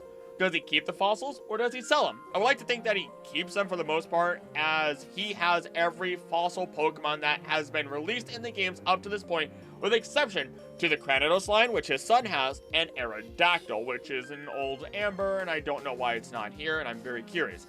At best, though, he maybe sells them to the museum, in which case maybe he doesn't keep them all. But good fossils can go for a very, very good chunk of money. I was lucky to get the Ammonite that I have, which I'm too lazy to go grab right now. It's, you know, a Helix fossil for all y'all out there. And it's not very big. It went for $35. I'm going to go grab it. So I saw this and I knew I had to go for it. $30. It's an Ammonite fossil. It's the Lord and Savior Helix, of course. So I had to get it. But I saw Cradily out there, which is a Crinoid. And I don't know, maybe it was a 4 foot by 2 foot slate that had a bunch of Crinoids in them, and it was going for over $1,000. And I'm like, no, I'm happy that I had the money to, you know, spend that little bit to get Helix. You know, I'd love to get more fossils. It'd be really cool to just have them and maybe do another video talking about the fossil Pokemon, especially if we get some new ones coming out soon. Please, Pokemon. But either way, if this man is getting fossils and selling them at all, he could be making mad bank if they are intact, and especially if they're in large slabs. And the Pokemon he has are a huge help to that. So maybe he's on the lower end of high tier. Candace, the Diamond Dust Girl of Snow Point City. There are too many jokes that could be made there, but we're gonna move on. Candace teaches that before battling with Pokemon, a person needs to befriend them first. Candace has an interest in fashion and romance as well as Pokemon, and believes a person should put all their focus into whatever they do, and I respect that. You know, put all of your effort into one thing, don't split yourself too thin is the idea there. She sometimes muses that she acts the opposite of the way people would expect an Ice-type gym leader to behave, warm and friendly instead of cold and distant. Similarly to Mira, she sometimes refers to herself in the third person, using her own name instead of using the personal pronoun I. This is typical in Japanese, where it is used to indicate femininity, or childishness. Ugh. In Platinum, Maylene mentions in Snow Point's Pokemon Center that she admires Candace for being studious. She also mentions that Candace wanted to practice against her to learn about the fighting type because of it being a weakness of Ice-type Pokemon. In the anime, she is a fantastic mentor, though her positive nature and intense confidence can be overwhelming. She doesn't take her role as the Snow Point City gym leader too seriously, namely because she doesn't get a lot of challengers. However, she does enjoy the feeling of victory and strives to perform her best. Although Snow Point City is not home to much, a noticeable landmark in the area is Snow Point Temple, which can only be accessed after the player has entered the Hall of Fame. In addition, after entering the Hall of Fame, you can take the SS Sinnoh or the SS Spiral, depending on the game, to the fight area. So, isolated location, no real attractions, fairly easy to say that Candace honestly is on the lower tier and just making money off of the league. Volkner, the shining, shocking star of Sunny Shore City. Wow, say that 5 times fast. Volkner is friends with Flint and had become dejected and depressed because no worthy challengers had come to Sunny Shore City in a while. He had been considering challenging the Elite Four and spent all of his time renovating the gym's electrical equipment, which put a strain on Sunny Shore's power supply and caused rolling brownouts, which the player experiences when first arriving in Sunny Shore. Apparently, Volknor built the gym's electrical gear puzzle completely out of boredom.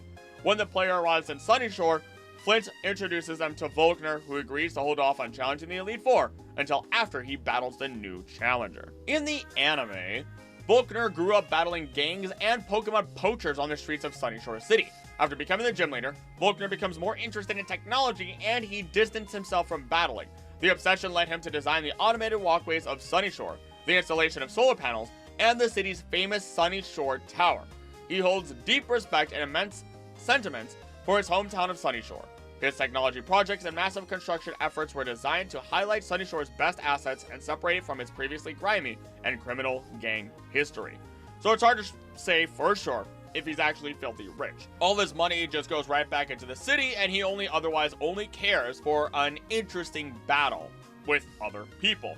He cleans up the city, improves it, and makes it self-sufficient for power through solar energy, assuming he doesn't owe millions in legal fees for all the brownouts and bad situations. So I like to consider him similar to Crasher Wake in this sense. He could have tons of money, but in reality, he's not really considering it his own, as he's giving it to the benefit of others despite his more callous demeanor.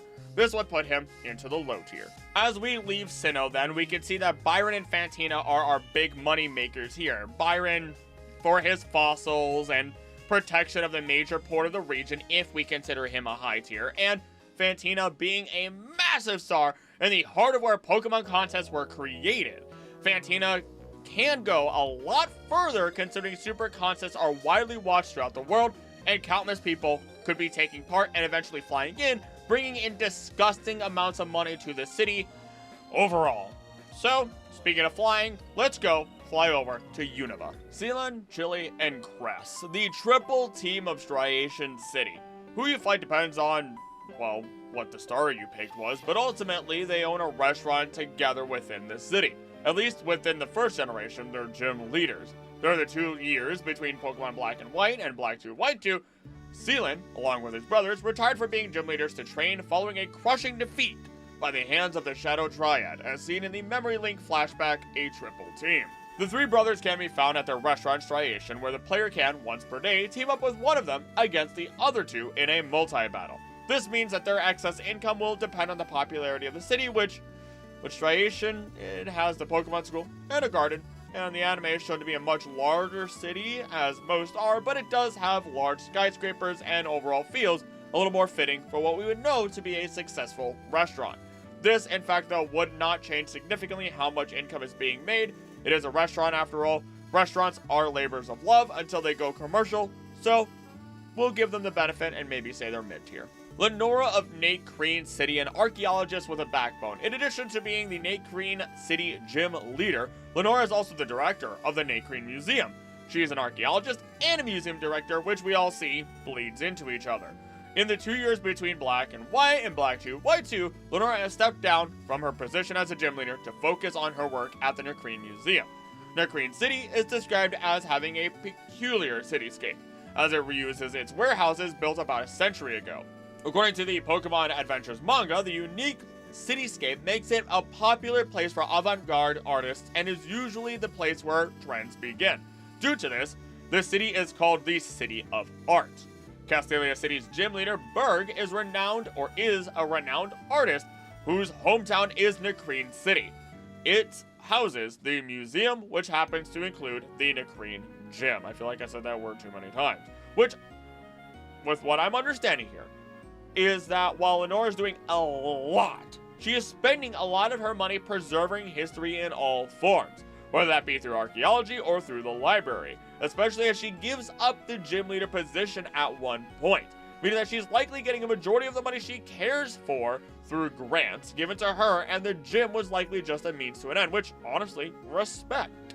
It lands her in the low tier, but yet another top tier in my heart. I just wish I could get my hands on all of these books. I am a glutton for knowledge. Berg, the premier insect artist of Castelia City. He is also an artist and apparently started his career in Nacrene City, which he often comes back to when he gets artist blocked. Through the National Gym Choir, we learned that he may like to eat honey in large amounts and how he was seen shooting cocoon silk from his hands and decorating the walls with it between the 2 different games in which you visit his developed or changed gym. which overall is very Spider-Man-like. Pretty cool. In the anime, he is said to be a frustrated genius and often in deep thought. He relishes in experiencing nature and regularly visits Pinwheel Forest for its purity and fresh air. Berg has adored bug Pokemon since he was a child and is well aware of their behavioral characteristics. Let's look at Castelia now. It is a large seaside city located in south-central Unova. Unlike other cities, it is a huge sprawling metropolis, sporting many towering skyscrapers and other tall buildings. It is the heart of business and economy of the Unova region, as opposed to his sister city, Nimbasa, which is the heart of leisure and entertainment. Most of its city streets are crowded with different people rushing around, trying to get to work, home, or other places, creating a bustle and bustle, city scene of life. Castelia City is geographically the largest city in the Unova region and contains many structural elements that have not been seen in cities in other games. The city's core is a central business district with huge skyscrapers and other commercial buildings. A series of alleyways lead into its core, where smaller shops are set up among city traffic. The city outskirts are bounded on all sides by harbor, where ships provide traffic to other regions in the Pokemon world. Despite its economic encouragement, Castelia also offers a worldly aspect. The city is a melting pot, incorporating cultures and foods from other regions. From across the globe, artists also flock to Castelia to open their own art galleries, offering a different sort of entertainment in comparison to Nimbasa.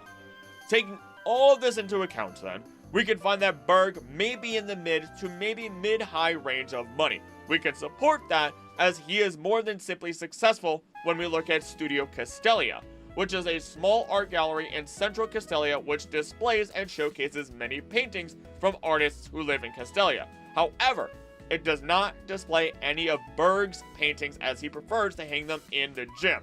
Many artists from around Unova come to Castelia to get inspiration from him nevertheless. So again, placing him in the mid-range at least, being in such a massive city works wonders. Elisa, the shining beauty of Nimbasa City. The player can challenge her to a battle after riding a series of roller coasters to her location, a process involving the flipping of multiple switches so the tracks take the player to her. Outside of battle, she is a supermodel and also listens to a lot of music. She appears when Bianca attempts to convince her father to allow her to become a Pokemon trainer. Elisa aids her, convincing her father to give his daughter the permission to allow Bianca to follow her dream. When the player leaves Nimbasa, it is Elisa who appears briefly on Route 5 and tells the bridge guard to lower the Driftveil drawbridge so the player may cross it. While not strictly relevant to the plot, during summer, Elisa also visits Cynthia at Caitlin's villa in Undella Town, as do all the other female gym leaders. She is good friends with fellow gym leader Skyla. In between the events of Black and White and Black 2, White 2, she confided in Skyla about changing her image. She reveals that she is conscious about the reserved image she displays and has a fondness for bad puns. In Black 2, White 2, she does employ other models as well, the new gym being an actual catwalk and fashion show location. In other words, she is making fat amounts of money, I mean ridiculous amounts, and we'll use Nimbasa to support that further, as the city is the most populous city in the Unova region, and the fourth most populous in the Pokemon world, behind Kalos' Illumio City, Galar's Windian, and Paldea's Mezagosa. In contrast to Castelia, which is the heart of the business, again, Nimbasa serves as the heart of leisure and entertainment. Nimbasa City is well known for its grand-scale landmarks such as the Musical Theater, Gear Station, Big Stadium and Small Court, Battle Institute, and the Rendezvous, Ferris Wheel, and Amusement Park. Simply put, Nimbasa is Party City. It is literally described as having many theme parks. You know, usually a city might have one big theme park, not over 5. So not only is she doing well, she's doing incredibly well within a massive city where she can capitalize on her skills that was made for this, earning her a place in the high tier. Are you ready for another high tier that's just gonna make your brain go Play the underground boss of Driftveil City. The city where the roofs are made out of emeralds. We'll talk about that later. When the player is cornered by the 7 sages, Clay is even the first of the gym leaders to march in. He asks the player if he's tired out yet, then the rest of the Unova gym leaders, except for Sealand, Chili, and Crest, walk in and take positions opposite each sage in pairs.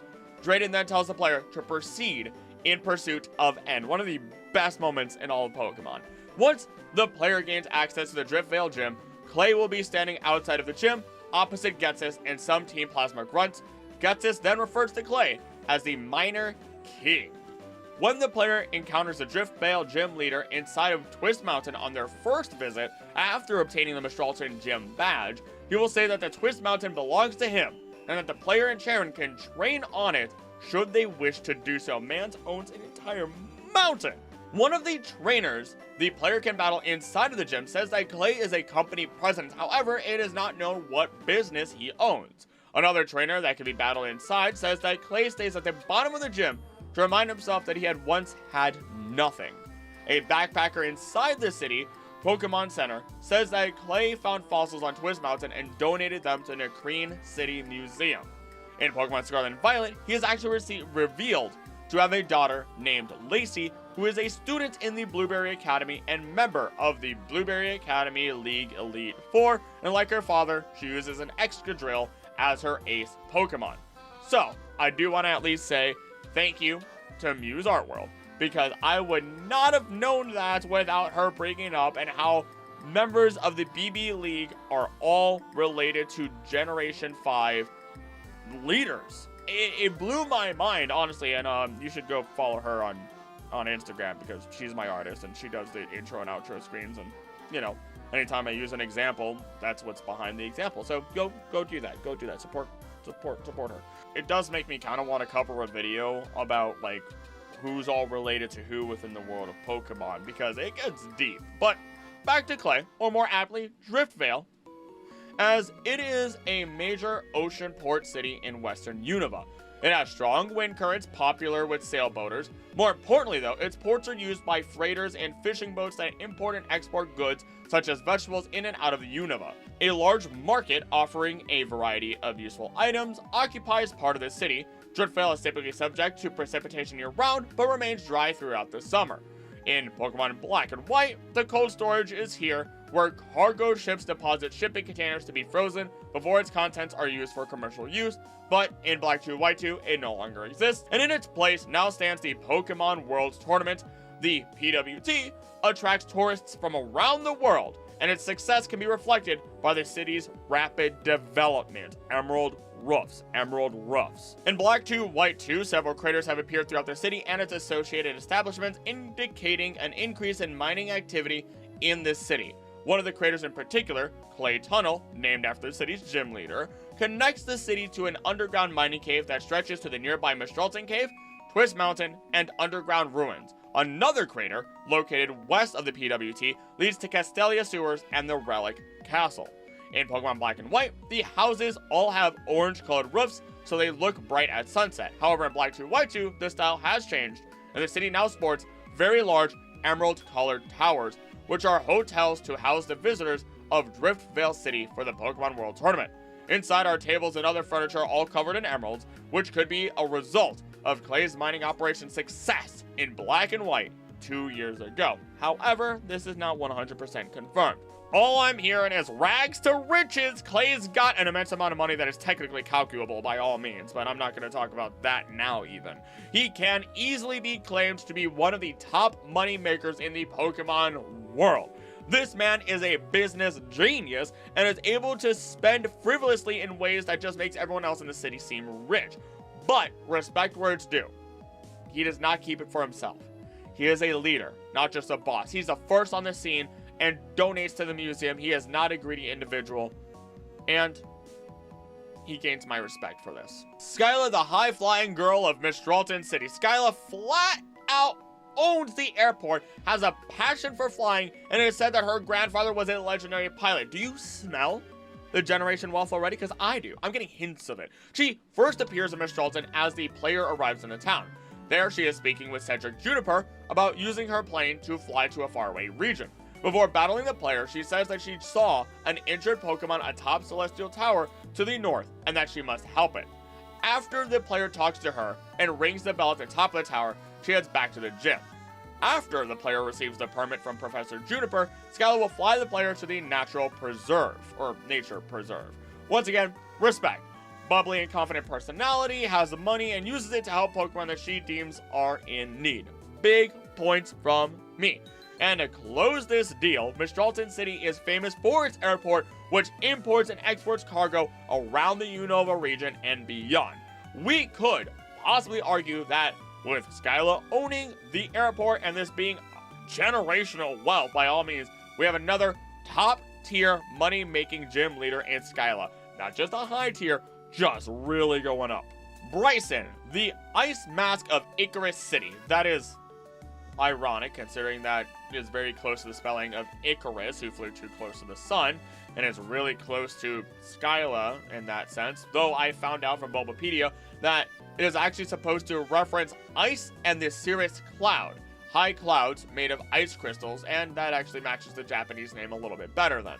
Either way, in the past, Bryson was a movie star, but retired from acting after injuring himself during the filming of a reckless action scene. Unsure of what to do with himself, he took the advice of Alder and became a trainer. He traveled alone to an icy cave and trained in silence to gain as much knowledge as possible. Bryson also places importance on concealing his true identity from others. He later decided to return to acting following the downfall of Team Plasma's first incarnation, hoping to communicate the need for a bond between Pokemon and people within his films. He also appears at Pokestar Studios as a movie star, playing the roles of Bryson Man, a villain in the Bryson Man series, and Mecha Cop in the Full Metal Cop series. I hear Full Metal Alchemist in my head easily. Now, is just everyone from Unova supposed to be super rich at this point? Because I get it. Unova, New York, land of opportunity, blah, blah, blah, whatever. But we have, like, the most rich, not even just most high tiers, but, like, the most rich high tiers of them here. And two of them, spoiler alert, are probably going to be the richest in the world based on the information we have. But we won't catch our chickens before they hatch. Let's just finish up this region first.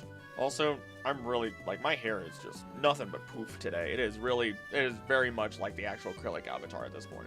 Drayden the Spartan Mare and Iris the girl who knows the heart of dragons, both hailing from AbsolGames City. And in the gym choir, Drayden is a man among men who puts himself on the line to protect the people living in our city. He always gives his all, even in training. According to his training schedule I just happened upon, he does 10,000 sit-ups, 10,000 push-ups, and 10,000 squats. He's said to wrestle with his Pokemon, is a protector of the DNA splicers, and at least in the games, helps mentor Iris, while also being the grandfather to Drayton of the Blueberry Academy.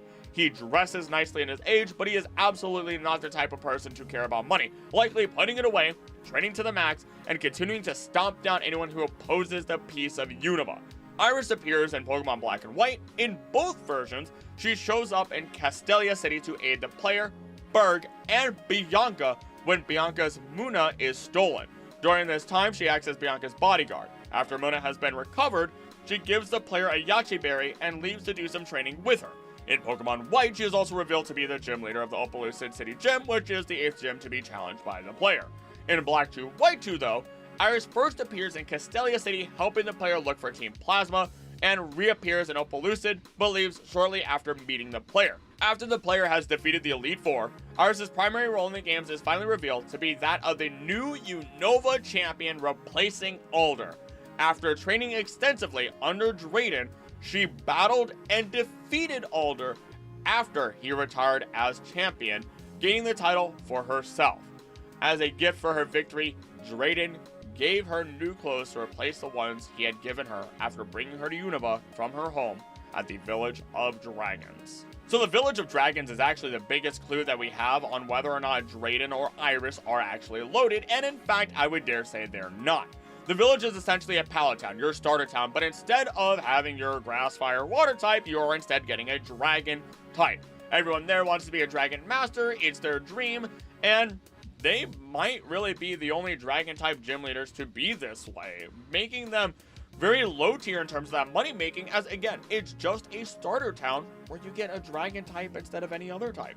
Drayden and Iris probably save their money and use it towards the Village of Dragons or this city, especially as Opaloosid is a rapidly advancing and changing city, but I can only wish to continue being strong in my own future old age like our Spartan mayor here, because he has just got it.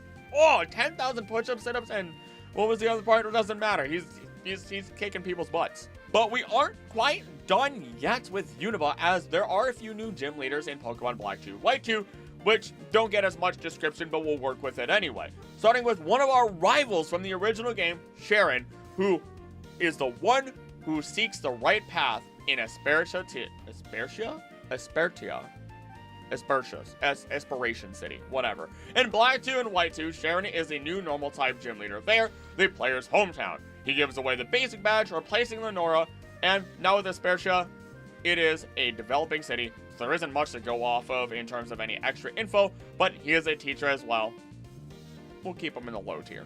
Roxy of Burbank City, with her saying, "Poison days, poison on the stage. Leave it to the rockers to break the mold and go with the strange titles." But either way, she is a musician, my goodness, who plays the bass guitar. Her gym is a music club. Before the gym battle, she is seen in the Burbank City outside of the Pokemon Center arguing with her father about him becoming a movie star. He defends his wishes by commenting that she can balance her duties as a Burbank gym leader and a member of her rock band, so why can't he? So he leaves, and Roxy gets angry and heads for the gym, which the player can directly challenge. I really thought this was going to be a Bryson thing, but it turns out, nope, the dude is literally just named Pop Roxy. Pop Rocks, the candy. Anywho, in the anime, she fronts Unova's top punk rock band named Coughing and the Toxics. She is a skilled gym leader even when outnumbered in a gym battle, winning with 3 Pokemon against anyone who challenged her with 6, and even defeated 5 of Ash's 6. Roxy is brimming with confidence, and she is determined to prove her strength against all challengers, with the Burbank Gym's unique rules giving the challenger the opportunity to use up to 6 Pokemon against Roxy's 3. Her usual battle strategy is to poison her opponent's Pokemon before dealing damage with some heavy-hitting attacks.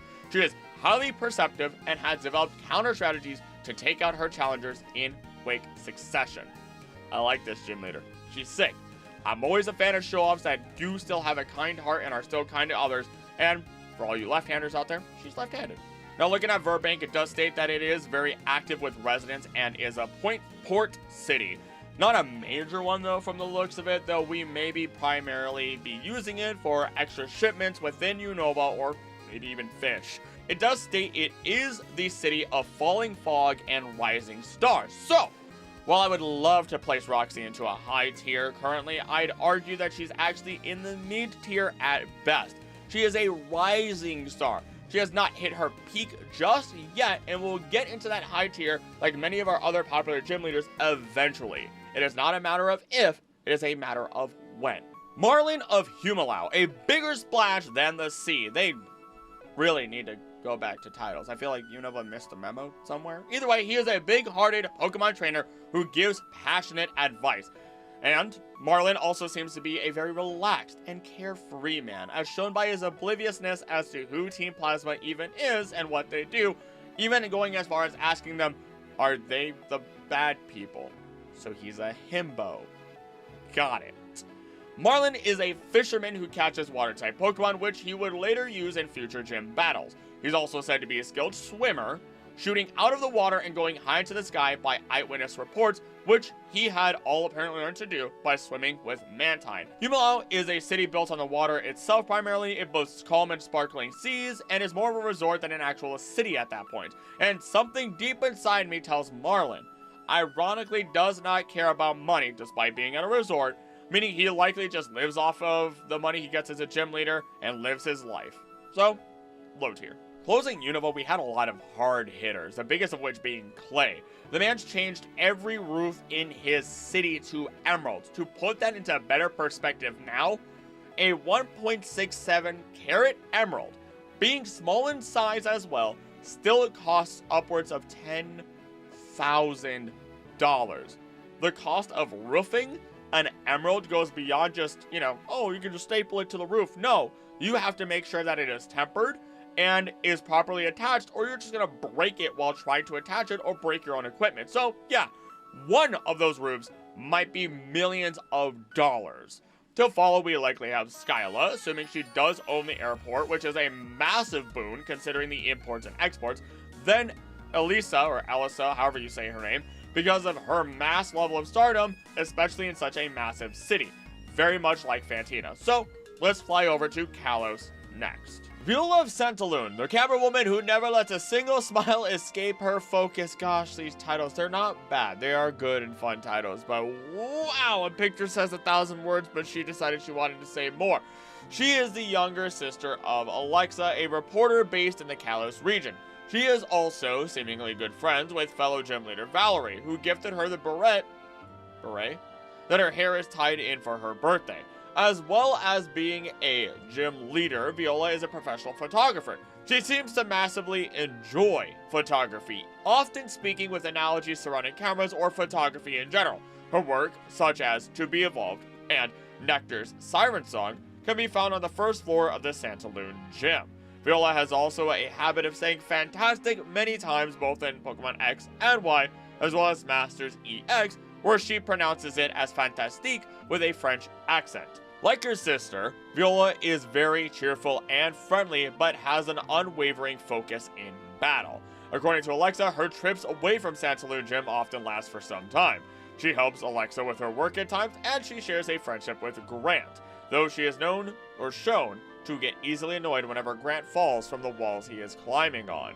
When we look at Santaloon, it is a stone-walled city, which features brick pathways interwoven between European-style homes and buildings. Many gardens and buildings in the city are decorated with colorful flowers, and the central plaza features a large Roselia-shaped stone fountain. It is a city for beginning trainers, friendly towards all. She could be making absolute bank. Wouldn't you want to take a picture with your Pokemon at the beginning of your journey before they would even evolve? Because I know I would. That's preserved memories right there, because, let's be real, our minds aren't perfect. They are very much imperfect. And as a small tangent, I've actually learned to appreciate photos more and more over time. Losing pets, family moving away, raising a new pet from a puppy and seeing them grow, it's a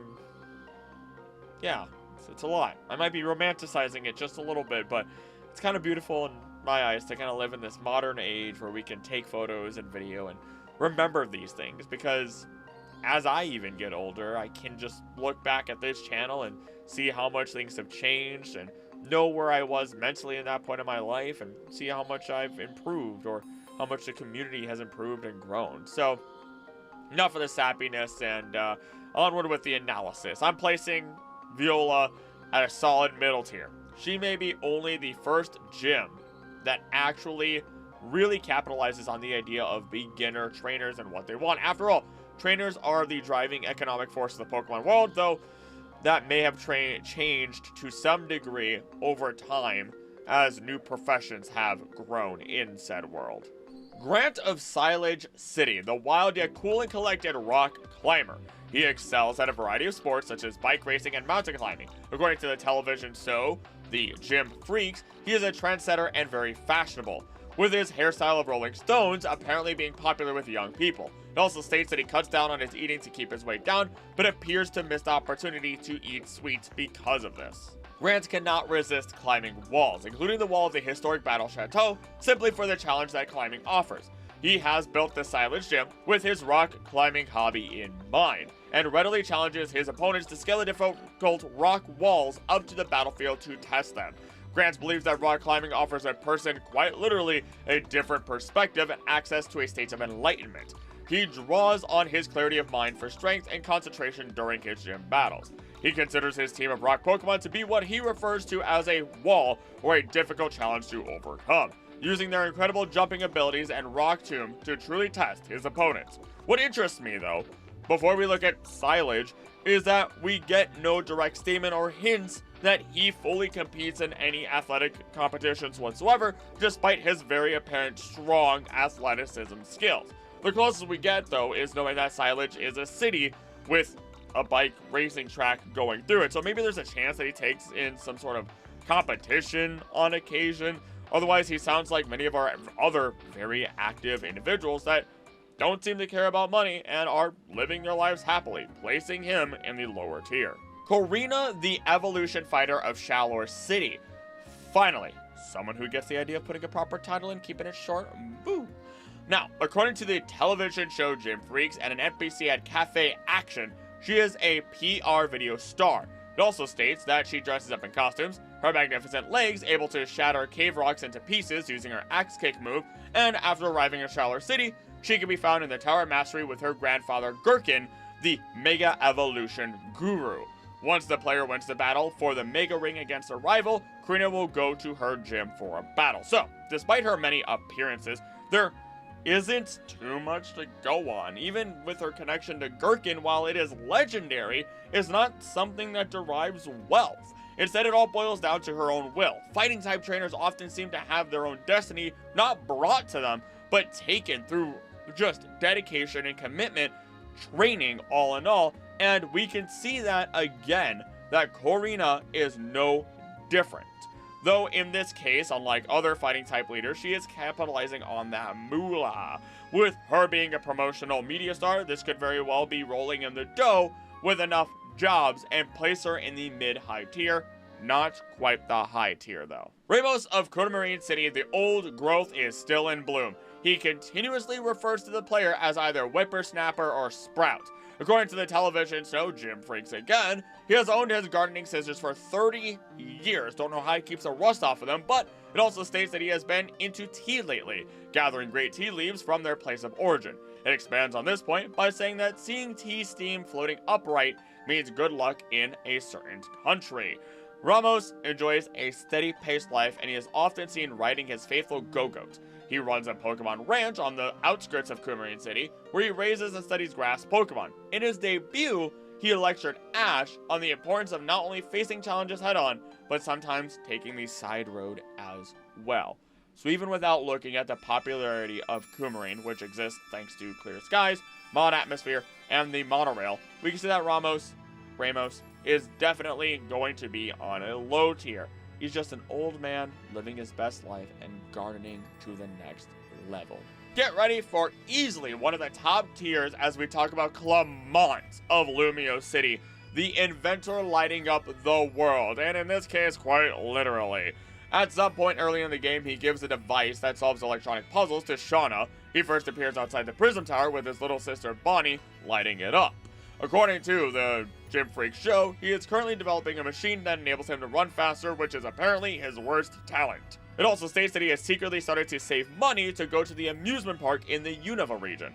He is described as a genius, having been accredited with the invention of super training, and despite this, many of his inventions apparently fail to work. I mean, if you make a million, there's going to be some that just don't work out. Now, this man invented the Rotom Pokédex, is likely a huge asset to the Lumio City renovation project, I would dare say, and has more than likely created far more inventions than we will ever see or be stated in the entirety of Pokemon.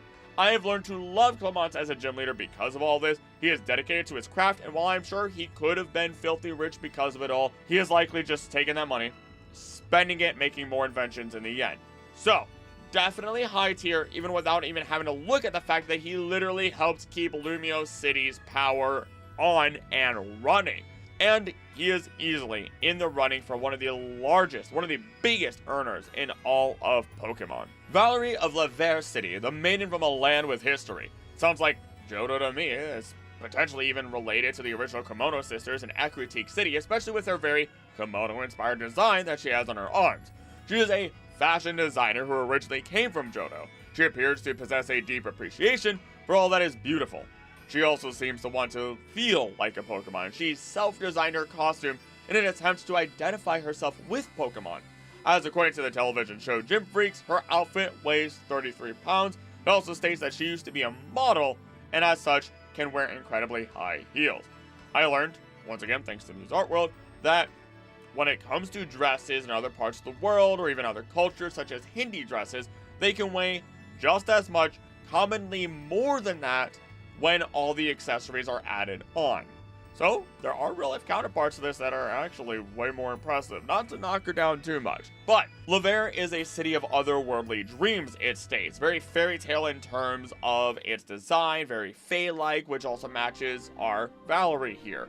Now, it's drawn from nature, and all sitting at the base of an ancient tree, which now houses the gym. So, not a place of great commerce, despite the Pokeball factory being nearby, which is really weird considering then you have, like, you know, the most man-made thing and then the most natural thing right by each other. Either way, Valerie could be in that mid to high range considering her past, and she's not necessarily running a massive store, so I feel like considering her nature, that would go against her beliefs, and she's probably not going to earn much more than that. Olympia of Anastar City, the person who makes paths with Starlight. Just please, everyone, shorten your phrases. That could have been making paths with Starlight. Shorten it! Just make it catchier, please. She speaks in a haiku. She frequently talks about fate in the future. According to the television show, we already know anybody who places their wrist into Olympia's bracelet will allow Olympia to be able to see everything in their future. It also states that the inside of her cloak is a galaxy pattern, creating zero gravity that increases her psychic power. I don't know how that works, but moving on. Olympia is a pure-hearted individual and deeply empathetic. She holds a great deal of responsibility, foretelling her psychic predictions in a precise manner to avoid any confusion. No monkey's paw happening here. She often receives vivid visions of the past and the future, causing her to flux in and out of a psychic state. The Anastar Gym also serves as a school for other psychics, training them to reach their full potential. I'ma say here and now, despite many psychics being shams, I do have some belief that there's got to be someone out there that can actually use their intuition and understanding to make more precise predictions, not necessarily supernatural. And if that person exists, there is no way, I refuse to believe, that somebody who can see that much or see anywhere in the future would even give a single shred of care about money. It would seem so small and inconsequential to the grand scheme of life, to the point that all money should just go towards goods and services that could benefit other people, and you already know how much money you're going to need to get by day to day and live a comfortable life. So, despite likely making very good chunks of money, she keeps only what is necessary, leaving her at a low tier. Wolfric of Snowbell City, tough as an iceberg, hot as a furnace, good slogan, I got you, Wolfric. He is said to not only be a strong gym leader, but also very kind to Pokemon, which is why Pokemon, such as those in Pokemon Village, admire him. He is not at the Snowbell Gym when you first meet him, instead being said to be at the Winding Woods. And indeed, he is found at the Pokemon Village, a location west of the woods where he explains the place to the player. A place simply where Pokemon are living and hiding from people for numerous reasons and are kept safe. According to Gym Freaks, he is a fan of the Bryson Man series, to the point of crying when watching the latest movie. He's also rumored to keep a photo of his dearest Pokemon in the locket he wears around his neck. Wolfric is a determined gym leader in battles, to the point when he even becomes slightly impatient. He likes when his challenger is motivated and driven through the battle and wants to see their fiery, burning passion. He believes progress and victories can be achieved if the trainer really trusts their Pokemon. He wants to see this during the battle and sometimes changes his strategy to see such passion. Now, the city is described as being in an everlasting winter, hence Snowbell. And considering how others react to the city, it is definitely not the most popular location, though there is suspicion that Lysander and our rival character's father are both from this city. Now, Wolfric is a kind-hearted man, trains with Pokemon, and is living the simple and honest life. No incredible care for money, he lives by his means, not aiming for more, settling him in the low tier. Kalos was actually very incredibly, unexpectedly tame. A lot of people living within their means or aiming to help others, maybe driving forward their passion more than anything as they incidentally make extra money. Clement is the real only outlier, but even then I can guarantee that man doesn't care about getting rich. He just wants to get bigger and better inventions that can benefit people or solve problems in general. So while Clement is the only real high tier from this region, this has left me actually with a greater appreciation for the gym leaders here, though going through this has left me with a better appreciation for all of them, actually. But off to Galar for our semi-finale. Actually, before we begin Galar, I at least want to talk about Alola, because that probably threw you off. Alola establishes its league by the end of the game, whether that be the OG or the Ultra games, meaning there is no real salary from the league that is instated, because in truth, there is the individual leagues of a country. Even the anime actually has an Orange Islands League, and then there is the Big League, or actually the Pokemon organization that recognizes if you have a league or not and approves you, which is what Alola is aiming for. Otherwise, the kahunas and the trial captains are more like community members, people who are true leaders of their community who might get some compensation, but nothing near what our other regions have, as they live their regular lives and stack on the job of being captains or kahunas on top of it all. They're noble, and honestly, if you've seen any of my other videos, you could tell that I have an absolute deep love for Alola, Paldea, and my first ever region that I ever played a game in being Johto.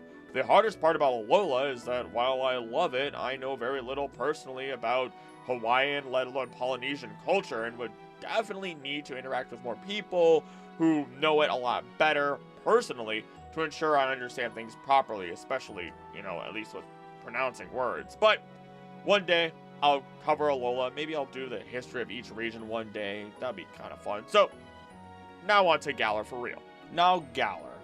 While it is a league, it is a competition really put on by the region as a collective. It may actually be one of the best leagues out there, if not the best, in terms of how showy they are with it all. They really know how to entertain a crowd, and they make it really obvious with how raucous they get during the song with all their cheering. So, let's start with Milo of Turffield, the fighting farmer. He is a farmer that honed his skills working on his farm with his Pokemon, and he can often be seen in Turffield trying to wrangle wandering Wooloo with his farm's herding Yamper. Despite his size and strength, he is a gentle, laid-back trainer who has trouble giving it his all on weaker opponents and doesn't worry about winning or losing, so long as each party is having fun. Nessa considers Milo his her rival, as revealed in her league card, but Milo doesn't seem to acknowledge this, claiming the only rival he has is himself. That is type A, type B personality going hard, and it's hilarious. Now, the rolls of hay used in his gym challenge each weigh over 770 pounds. Yet, Milo can roll them around easily.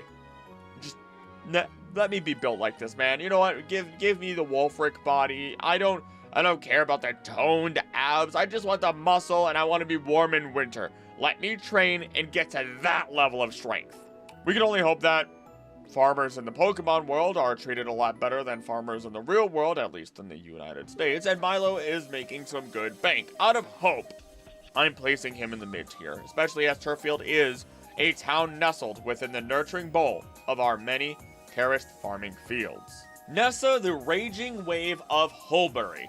The Galar people have it right with the quote so far, please keep it up. Nessa's interest in water-type Pokemon may have been influenced by her parents. Her father is a fisher, and her mother works in the marketplace. Eventually, she became the gym leader of Hulbury Gym and a successful model.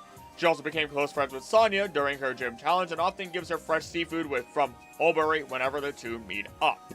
Nessa is known to be a very popular gym leader and model. Many people believe she acts differently depending on her role. She is known to be calm and collected, but her competitive spirit and indomitable will lurk just beneath the surface. Given her personality and modeling career, fans were concerned with how she would react to her loss against a player in the first round of the Champion Cup. Though she still gave the fans a perfect smile, things were not as peaceful within the gym. The episode they gave her Twilight Wings with Feebas and Melodic is absolutely beautiful, and honestly, without some of those extra episodes, Poketoons, miniseries, whatever, we'd be missing out on so much beautiful background, info, and story for our characters that they really deserve. Hulbury is a bustling seaport with lively market stalls and a famed restaurant. It helps to be that close to water after all, so the seafood might not actually be that expensive. With my understanding, we can place her very similar to Roxy, in that mid-high tier as she is incredibly successful, but is located within a small town. She is also, just like other gym leaders, the first to break the mold and go with a different career within the family, placing her on a tough but rewarding path as we can see. I would say that if we, see her modeling career in another region, then we can absolutely place her in the high tier without any doubts. But right now, she's likely just on the cusp of hitting that high tier. Because after all, you can be incredibly successful in your career and be happy, as we have seen with many others, and not make ridiculous amounts of money. Kabu, the ever-burning man of fire from Motostoke. Kabu is also known to be the first real challenge in the gym challenge. Often trainers give up due to being unable to defeat him.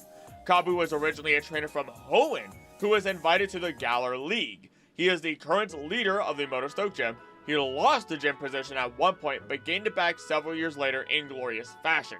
He made several attempts at becoming champion, but could never reach it. He attempted a no-holds-barred approach to winning his fights, but was not satisfied with the results. He even dropped to the minor division of Galar League at one point. However, facing off against Leon, he regained faith in his potential. He also developed a more unrelentingly positive outlook on life as a result, battling to win with every intention with his fire-type Pokemon. He explains to the two young trainers that he sometimes visits the mine to train against water-type Pokemon that live there before returning to his gym.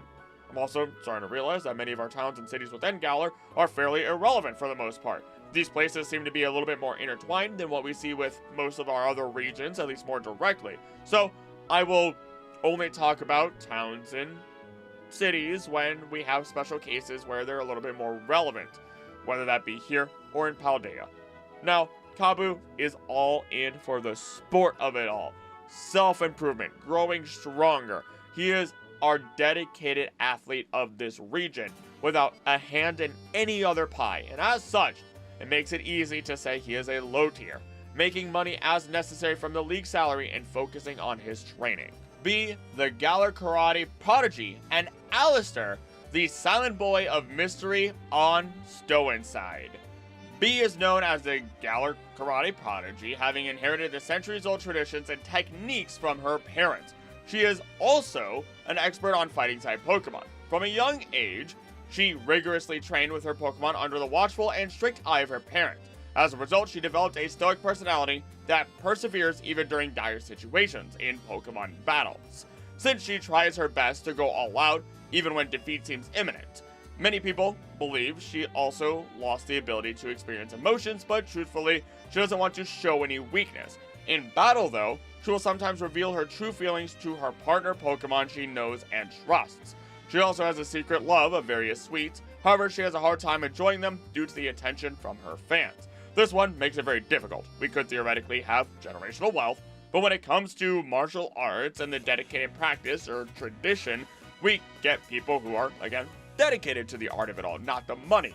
And I would like to believe that B is no different with her family, placing her in that low tier. Alistair, the mysterious trainer who became the gym leader of Stownside Gym at a very young age. He is known to be very shy and fearful around people, which is why he wears the mask. The mask serves as a way of confronting his fears and insecurities. He never removes his mask in public.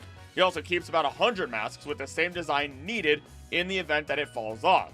He is rarely seen around in public, preferring to spend most of his time alone in ruins and cemeteries, and according to him, he claims to have the ability to see deceased ghost-type Pokemon after a supposed accident at the age of 4.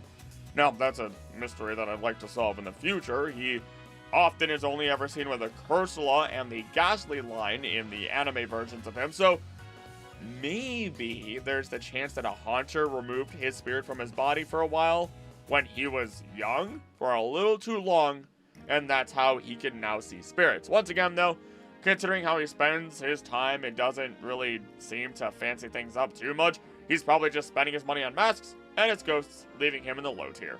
Opal of Opalucid, the master of a fantastic theater. Dude, I really need to explain this one.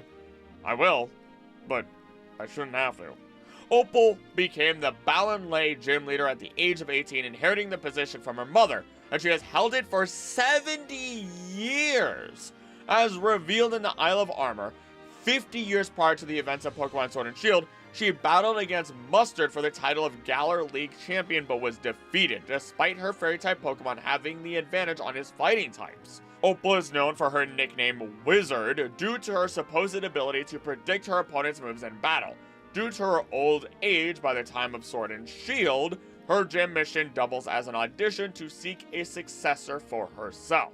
By the time of the Champion Cup in Winden, Opal has officially passed her mantle as a fairy-type gym leader to Bede, although she is occasionally showing up at the gym to give him advice. And because I saw it, and I know you simps out there need to see it, there is art out there of her in her young age, and I mean, you wonder how she stayed single, though I would not be surprised if she was married to her work. After all, like the champion who knows what she wants. We see clearly generational wealth. She shows it. She's an old lady wearing pearls on her. So yeah, she's got money and we can easily place her into that high tier. What's more interesting though is Bede, pretty sure it's Bede. We don't know who his parents are. We don't know where he's from. We know nothing. We only know that he has been scouted and sponsored by Rose, then dropped, and then Opal picked him up, and he's a brat, by all means, and a skilled one, nevertheless, and just needed reinforcement in order to set him on the right path. Think of him as another Silver, for that matter. He's definitely going to the low tier, despite it all, though, but it would be interesting to see a future version of him that has discovered, as he claims, what the pinnacle of what fairy types can do. I'm also going to be real. I forgot Gordy even existed. I mean, Melanie is right there. But Gordy, the hard rock crusher, and Melanie, the ice cold professional of Sirchester. As a rising star, many believe Gordy has the potential of becoming the Galar League champion. Gordy uses rock-type Pokemon to achieve victory through a refined and graceful battle style, despite the type's rough and unrelenting reputation. He is considered one of the strongest Galar trainers in terms of popularity and skills. He has a tendency to shut himself away in a locker room when he loses, though, making it hard to get an interview from him. Most of his fans find this trait to be endearing regardless. He has a quite large fan base, and he tries his best to make his fans happy by either giving out autographs or hosting events. Currently, there are 3 photo albums on Gordy that were created by his fan base. So we have another rising star, easy to place in the mid-high region range tier again. It also helps that all of our leaders here have the opportunity to really sell their popularity while being a gym leader and really taking advantage of that in these big stadiums. Melanie has been a gym leader of Sirchester since her 20s. She is also the only known gym leader to have ever defeated Raihan, who is said to be the strongest gym leader in the Galar League. Helps to have ice types against a dragon type trainer, but it's more than just that with Raihan. At one point though, she wanted her son Gordy to run the gym as her successor. However, her son wanted to be a rock type user instead, leading to a battle that caused the whole town to split, with the two never speaking to each other again.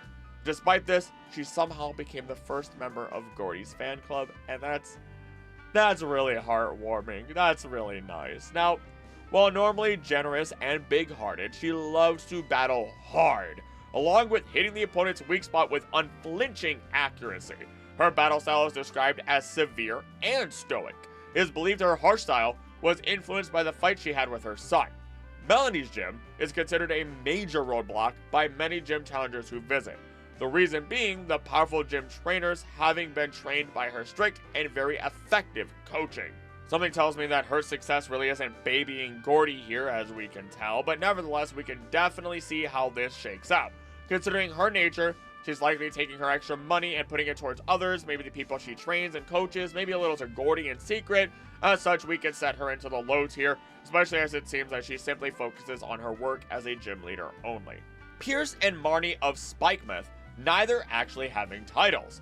Pierce is the 7th gym leader Galarian trainers face in their gym challenge. He is well known for writing songs and singing, as he regularly does so in Spikemouth.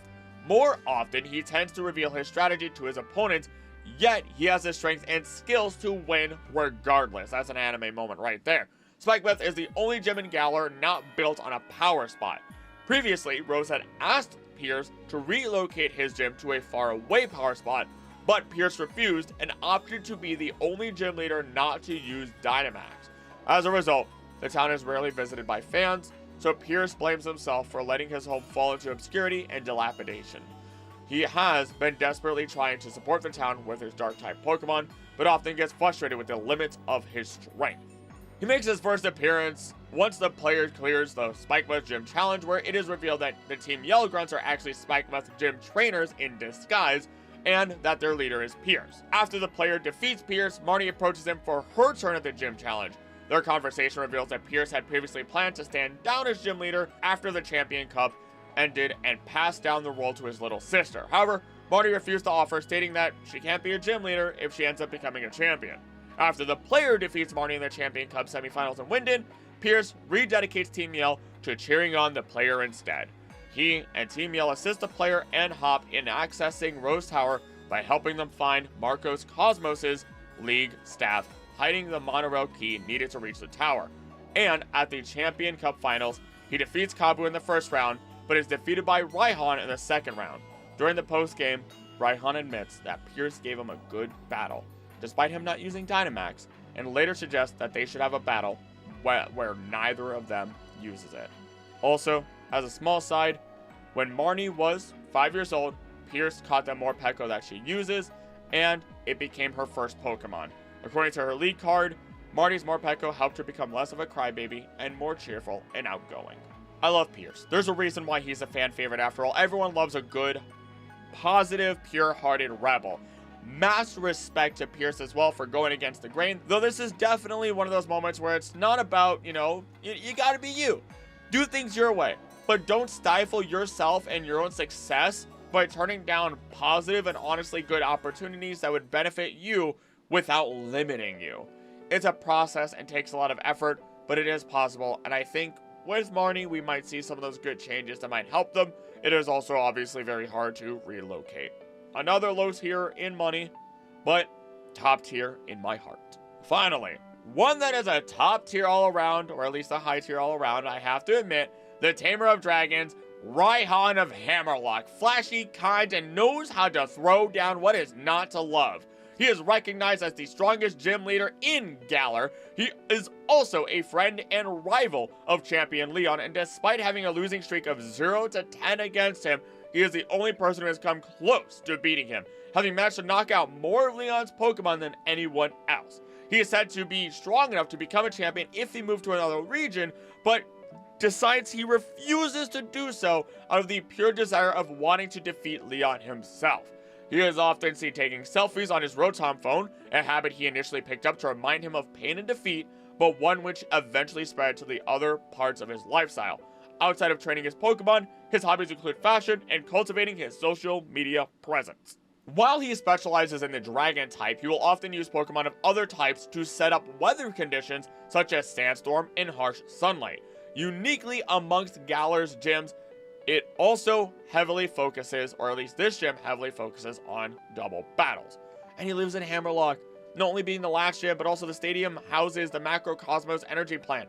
Add that to Raihan's skill, popularity, and position within the league, and you have somebody who is definitely the high or within the high tier. Spoiler alert, I look at Raihan and Iono and I just go, yeah, those are positive and fun internet personalities you'd expect and hope to see. Galar, overall, does have some high tiers then, looking primarily at Opal and Raihan, though I'm sure Opal has that generational wealth that places her quite a few steps higher, while Raihan, lover of battles and focusing hard on that, is likely just barely in the high tier. I won't be discussing Clara and Avery in depth as they're in the minor division, and ultimately, Clara is an underground pop singer, kind of putting that off to the side, so that way she could become a gym leader again, and then raise her popularity. And then you have Avery, who his psychic abilities weren't what his family expected.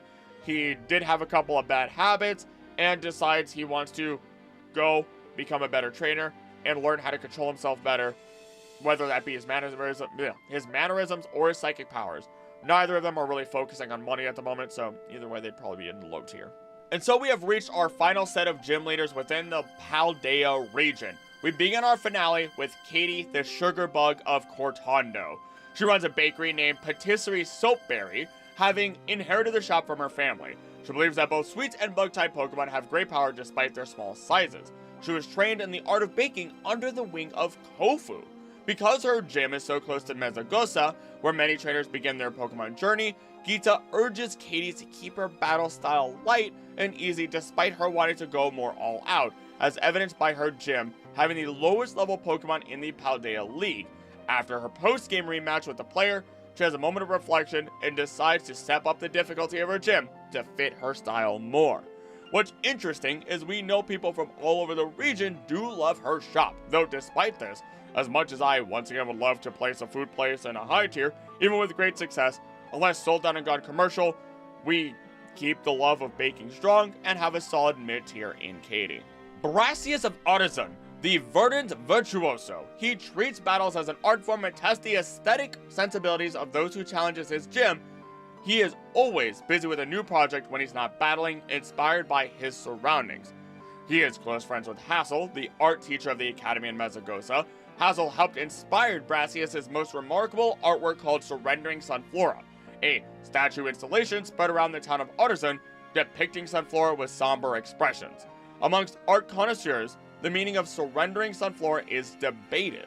In truth, at the time of the creation of Surrendering Sunflora, my mouth is not liking those words, Brassius was deathly ill, and he had given up all hope, even prepared to give up being an artist if Surrendering Sunflora didn't gain proper recognition. Despite feeling his worst, Hassel was there to encourage him, which gave Brassius the strength to start the project in the first place. Where this event took place while he was a gym leader is unknown. Look, the entirety of Artisan is basically his project. His works are all over, though I would like to believe again that he likely just uses what he needs to get through the next project.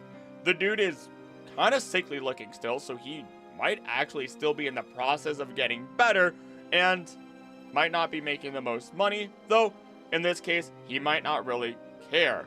He's just getting what he needs so that way he can dedicatedly work on his next project. So, he sits in the low tier as he pours the money into his projects rather than making money from his art. Iono, the supercharged streamer of Levincia. Again, I personally love the whole thing that they did with her, and you're either going to be a person that either completely loves or hates her, all dependent on the fact that she does have a very strong personality, and there's a lot of information on her and her background. She first appears when the player takes on the gym test, hosting a live stream titled Where in Levincia is Mr. Walksabout. While on stream, the player must find, of course, Director Clavel in various locations in the city. In her conversation, she reveals that she's taken this opportunity at the Academy for her next stream, coming up with the title, Gym Leader Iono infiltrates this weird academy. You won't believe what she finds. Yeah, that's a classic YouTube title. She then asks the player what her focus should be on, and you could give her a number of different ones, such as bringing on a snoozer guest, and how it'd be a top 10 Iono betrayals moment. If suggested in her initial meeting, Iono will report back on her second visit to the League Club that Serrano's appearance made her viewer count rise dramatically due to his natural charisma. After beating her in a rematch, she will give the player the Iono Zone case as a gift, which she describes as a triple S tier drop. She is a popular streamer and influencer from the Paldea region who runs the Iono Zone live stream showcasing her work as a gym leader. She prioritizes viewer engagement and frequently collaborates with other popular figures such as Tulip, though these collaborations can sometimes affect her self-esteem as she doesn't like being rejected. Despite her overwhelming popularity making it difficult to go unnoticed, she reveals to Larry that she enjoys the attention.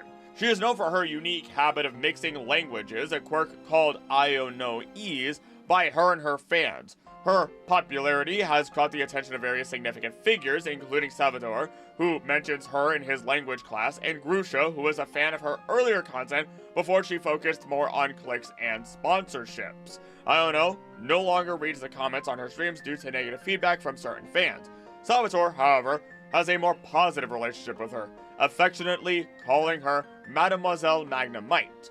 Her fans, known as the Iono Hype Squad, often refer to her as Miss Iono, while Tulip calls her Nono. Iono herself calls her fans Iono Zoners or simply chat.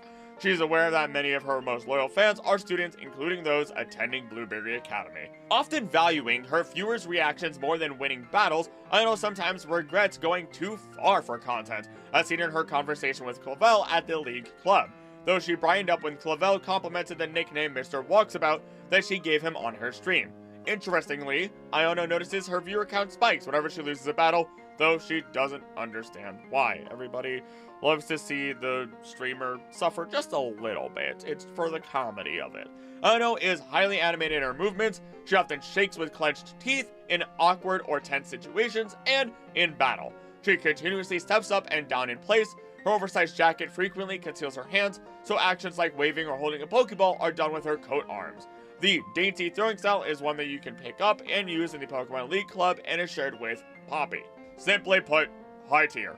She even has advertisements playing throughout the city, so she is capitalizing on that revenue so hard. She may even be running, or in the running, for some of the top tier earners for that matter. Though of course, that takes a lot of work and effort, and I cannot imagine the sheer number of nights without sleep that got her there, as even I am sitting here with a couple bits of hours of less sleep, trying to aim towards the top. So, thank you for being here on my journey, as this is all just the very beginning, as I aim to make this a more reliable career to pay these bills and give you something worth watching. Kofu, the surging chef of Cascaratha. Though he specializes in seafood cuisine, one of his students, Katie, reveals that he also knows how to bake. Kofu takes great pride in his cooking, using only the best of ingredients for his dishes. He is the head chef of his own restaurant, named the Kofu Lounge, in Cascaratha. He has a warm, hearty, and jovial personality. Whenever he is surprised, he usually exclaims, "Alton Veluza!" He has an apprentice named Hugo, who is also a gym trainer. Kofu is first seen jumping out of his gym when the player first approaches it. His gym staffer reveals that he is heading to an auction at Porto Maranada, but he forgot his wallet due to being in a hurry, which he gives to the player to deliver to him. Once the player catches up and returns the wallet, he tasks them with buying him some rare Wakame seaweed from Hoenn as an impromptu gym test, giving them 50,000 to do so. After the player has bought the seaweed, they're allowed to keep whatever extra money they have left, while Kofu returns to Cascaratha, where he can be properly challenged. Do I hear loaded? Because that definitely sounds like he's loaded. Though, the man lives in a city where nearly a third of it is surrounded by a desert, and the sea is a little bit further away, running that seafood restaurant with the finest of ingredients in a harder-to-access area from normal water. He is a genius who took incredible effort, likely, to set up that restaurant and now gets to live the high life. Though, still only mid-tier, only because I can be sure, especially with that personality, that most of his money is being spent on food and quality food and ingredients, despite that great income. Labor of love for restaurants. Larry, the exceptional everyman of Mandali and the first ever individual to fill 2 different positions within the same Pokemon League within the same game, as he is a gym leader and Elite Four member, specializing in both normal and flying types respectively.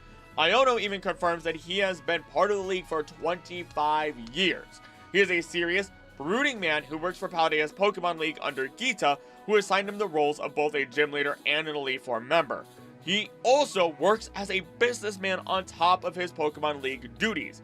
He is often unmotivated and becomes unsettlingly still whenever he is lost in thought, much to the worry of people nearby. Outside of his Pokemon League duties, he is known for his fixation with food and regularly visits the Treasure Eatery of Medali, which also serves as the arena for his gym battles. He's a foodie, loves the simple life, has a hearty appetite, and treats others to meals, though may feel dismayed when he realizes he has to pay the entire bill at times. This is a man that is secretly a penny pincher, and I feel that with all of my energy. You work your butt off as hard as you can, you treat yourself, work harder than afterwards. From one food-motivated man to another, I respect it. Though I know, in all reality, in a personal way, I've been told that by family and my own girlfriend that I stress maybe a little bit too much about money, even when things are going well. Though, I imagine Larry is very much the same, constantly, consistently calculating things down to the penny and thinking, oh, this is not gonna work. So, this man is likely sitting on a fortune after working, or the fact that he works 3 jobs for 25 years and will continue to work until his body finally just says, no, you're not getting up today. You gotta stop. In which case, he will hopefully be sitting on his millions and can finally relax in the high tier. The MC of RIP, Rhyme of Montenevera, and another one of my absolute favorite gym leaders of all time. Rhyme is the younger sister of Time, the math instructor of Rhyme is the younger sister of Time, the math instructor of Naranja Academy / Uva Academy, who was previously the Montenevera gym leader. Rhyme is also a renowned hip-hop artist who often partakes in rap battles. She puts great emotions and passions into both her rapping and her Pokemon battles, and has been a legendary rapper for 4 decades. As a teen, she wrote a song to express her grief over the death of her puppy Pokemon. Her singing revived it as a ghost Pokemon. She is still said to bring the dead to their feet as the MC of RIP, thanks to the themes of death in her rap music. It is for these reasons that she decided to become a ghost-type Pokemon trainer. I know also, if you haven't noticed, I've been skipping over the anime versions of people a bit, but that's primarily to avoid spoilers when not necessary, especially as our game and anime versions have been a lot more similar in terms of career, attitude, so on and so forth. But ultimately, 40 years is a lot of time. And I better see references to rhyme in other regions and other games, or I will riot. High tier, easily stepping into one of the top earners once again. Tulip, the bewitching beautician of Alphanada Town, which sounds like All for Nothing Town in my brain. Nevertheless, besides being a gym leader, Tulip works as a model and a makeup artist. As such, she focuses on beauty and appearance a lot. Her Pokemon help her out in applying makeup, which seems magical. She has a very busy schedule due to working on several businesses.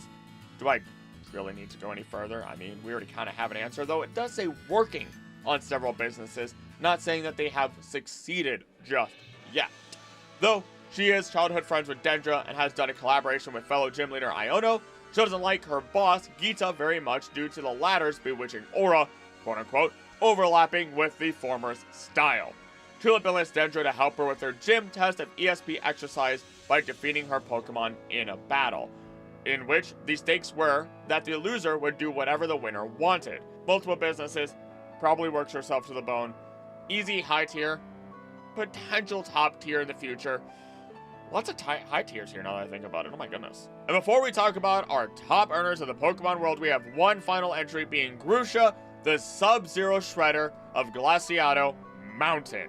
Before being the gym leader of Glaciado Gym, Grusha used to be a professional snowboarder and the second best in the world, at one point having won 6 times in a row at Paldean major competitions. He was forced to retire from the sport after sustaining an injury from an accident. He usually keeps his cool, but will show his hidden emotions in the heat of battle. Because being a gym leader is the only thing he has left, he is overly worried about maintaining his position, creating some discomfort around Geeta. After the player defeats him in a rematch during a gym inspection, Grusha regains his former determined side, intrigued by the player's skills. Considered the strongest gym leader in the Paldea League, Grusha is a perfectionist, not allowing mistakes in his assessments and battles. Grusha is considered the pride of Glaciado Mountain, both for his achievements as a snowboarder and as a gym leader. And arguably, I'm gonna say it now, has one of the best hairstyles in all of Pokemon. He's a pretty guy, I respect it. Being best in the world is one thing, capitalizing on it is another, and being second best in the world makes me question who is, or at least was, number 1 for that matter. Nevertheless though, while Grusha is not making that level of money anymore, we could have listed him as yet another top tier. But out of respect and understanding that the league will likely pay well, all that money is likely acorned away and not being touched, allowing Grusha to still sit in the high tier without being in the top tier. So, from Kanto to Galar, all of our high tiers, as a reminder, are as follows. Misty and her generational wealth through her family and entertainment. Erica being a literal princess and having her own line of perfume. Giovanni and the entirety of Team Rocket selling Pokemon, mining, and generational wealth. Claire with her generational wealth and dragon mastery. Watson and the Greater Mauville Holdings. Wallace for becoming a champion and a contest star. Juan for being an accomplished coordinator. Fantina being at the heart and massively accomplished coordinator and contest star of Pokemon Leagues. Byron for fossil selling over years of time. Skyla for her airport and generational wealth. Clay for, dear gosh, things that only Clay has done, let's be real, emerald roofs. Bryson as a movie star. Clement for being the most innovative inventor in the world. Opal for generational wealth. Raihan for his position in the league and social media presence. And then from Paldea, we have now added in Iono, a well-renowned streamer who has a city of advertisements. Kofu for his restaurant and its location. Larry for overworking himself and being a penny pincher with 3 jobs. Rhyme for being a 4-decade legendary rapper. Tulip for also working herself to the bone and running multiple successful businesses. And Grusha for his own legendary feats in snowboarding. I would be willing to argue the following as the top 5 earners. Remember, this is more than just their skill and success. This is their location, their reach, the sheer amount of work that they are putting in, and even generational wealth, not just how successful they have been in their life. If you disagree, as always, place your arguments in the comments. I usually do read them all. I at least react to them, and if I don't, it usually means I reacted to a similar comment, or I'm thinking about yours in secret and forming a response, or even maybe thinking of a different video. So, without further ado, here are the top 5, starting with number 5 actually being Giovanni. Giovanni did a lot. He has that generational wealth, he funded the entirety of Team Rocket, but in the end, he did fall. His money's not growing anymore, and he went into hiding. Though, if we wanted to be fair, he would be massive despite all of that. 4. Fantina. Pokemon contests are everywhere now, and she is the heart and soul of those contests. When you start something that is not even just a trend, this isn't a trend, this is a lifestyle for trainers, for people across the Pokemon world, you aren't going to be bottom rung. You are, even without generational wealth, are going to be incredibly high up in terms of your wealth. 3. Skyla. She owns the airport. She is a huge reason why a number of imports and exports come in and out of Kalos, or even go around Kalos. With that level of necessity, you are making a lot of money, especially since that has been passed down through the generations. 2. Clement. Do I need to say more? He is a massive inventor. He has changed the lifestyles of many people and continues to do so, while also, again, I would be very surprised if he did not have a hand in the renovation plan of Lumio City, since he is such a big part of the OG Lumio City and all that is done there. All the inventions, all the intelligence, constantly working. He probably doesn't even realize how rich he actually is because he has his head in all of his tech work. And finally, number 1 should not surprise you at all. The man who made a town of emerald roofs, Clay. There's just no way to describe the amount of money that probably goes into that, and the fact that he is very much shown to be somebody who is incredibly wealthy at every single turn. I don't think you can argue anybody would take number 1 spot from Clay. But before we go, I'm going to do something a little bit new to recognize the people who have been members on this channel. And if you want to hear your name and see your name on the screen, become a member for as little as $3 a month. And thank you guys for supporting the channel. It makes a massive difference, considering ad revenue is not consistent for a small channel. So, with that, thank you, members such as our Gods of Hope, being Biggins, Heals for Life, and Vatty Lemon. Following that up, we have the champions of Nias Costa, Elizabeth Lovicott, and Joshua Biggins Wilson. After that, we have the Knights of the Court, Dylan Perrine, Crumbo, Vatty Lemon, Double, Plow, Annie Stone, Allen, Heals for Life. Then our Wanderers being Scott, Carlisle, Heather Weisnitz, Rum, X, Swish, Cupcakes, Jiro, Xanthar the Anime King, Dragon Gamer Z, Nathaniel the Hunter, Netrexy, Ocean R, Foxowitz, Ninja Dad, Ace Visconti, Domo Regato, Gulfos, Big Rosie 45, Dylan, Zodiac Senpai, Horse of Amity, Destron Gaming, Moms, Forsetti, Space Lozzy, Zach Arrowwood, Just Here, Live Ars 360, The Chin 22, Jack of the Frost, Break Orbit, Captain Alpus Abenoric, The Cool Guy 22, The Hawaiian Punch, What Like Watch, Tyrone Jones, Bluest Gecko, Tree Stump Ow, Matthew Kennedy, T. Baggins, Beware, Electro, Lucario, Knit, Malachi, Zalmaki, Connor Shaw, Goat, Erini, Grant R. Travis Hinton, Hands, Dream, Adnan Al-Zine, my voice cracked for a second there, Elijah Tidwell, Dylan Porpoise, Tripola, Red Activism, Oreo, That Darling Red Dragonvinch, 200, Daniel Moody, Ireland Despair, Riley Pointer, Adrian Petrie, Reese Maru, Dat Boy Bandit, Penguin Sage 29, Ashby, Harry, Pokepro, Mallow, Rexy, Young, Illuminati, Salty Eggs, Wreck-It Basher, 45, Moth Night Castle, Strong Dark Scorpio, The Lawn, Kevlar, The Dawn, Miku No Money, Deya, Snake Side, Faf 20, Real Salu, Godslaw, Dank Gaming, Pisha, Mr. Diagonal, Yips, DJ Jester, Dry Bowser, G, Voku, Cult Vocal Covers, Ismail Ahmad, Sexy Bear, The Coolest Guy 22, Jefferson Thompson, Imagine Manico 2TH73, Lit Grids, Buzzy, your boy Oven, Kava the Great, a random person, number 2, Wussel, Addie C, Adam Sandler, Sam Cooper, Clayton Norton, Wade, Marlene Gilpin, Cabs Marie, DJ Retro, Fox Gamer 179, Thermos, Book, Tiefling, Taki, Waterfruit, Snoodle McNoodle, Hardtuga, Burr, Totally a Real Bob, Ruby Rider, Elizabeth Berry, Electric Solar, Gales, Betty's, Creeper, Sierra, John Inverter, Tridone, Average Pokemon Fan, Zen, ZJ, Dub, Ari the Cobalt, Joe Hankey, Cobius, Kizarillium, Lumi, KJ, Jason, Danny Doyle, Mason, Rafton, oh my goodness,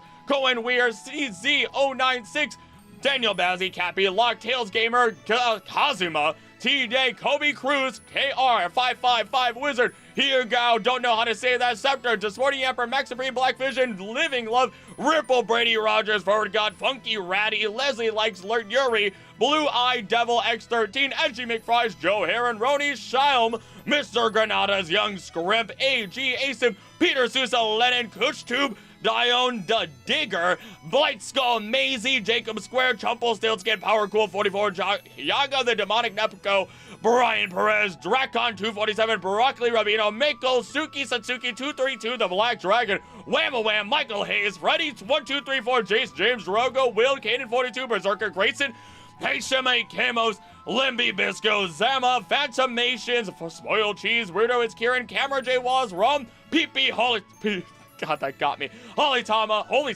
Muhammad Badri, Jonas 00, Ghost, Ethan Salzman, The Adventures of the Big Fish, Lumac, Angel Born, Cool Cat, Jerry Rivera, Somewhere Cat, John Cornwell, Wiver Joy, Do, Phosphor, Drip Speed, Ron G, Melody Grace, Morgoth Astartes, Happy Shell 828, Swayam, Tyler Miller, Righteous Navy, TJ Monk 23, Ty Rye, Squidwater, Rye Smith, Gamer Hag, Delina Armstrong, Bad Dragon Eye, King Pie, Just J, M, Venny Samaru, Star S, MD, Hey Bell Yeet, Micah Gaming 2626, Muse Art World, Talumio, Gwendo Lynn, It's Gander 072, Andrew Frost, Beacon Anonymous, Simon Slot, Knock Nguyen, Ian Ray, Bacon, C-Night, whatever this is, and Corn on the Cob.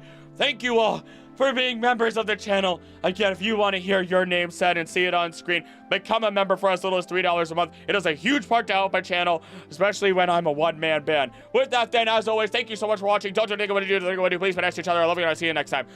Bye!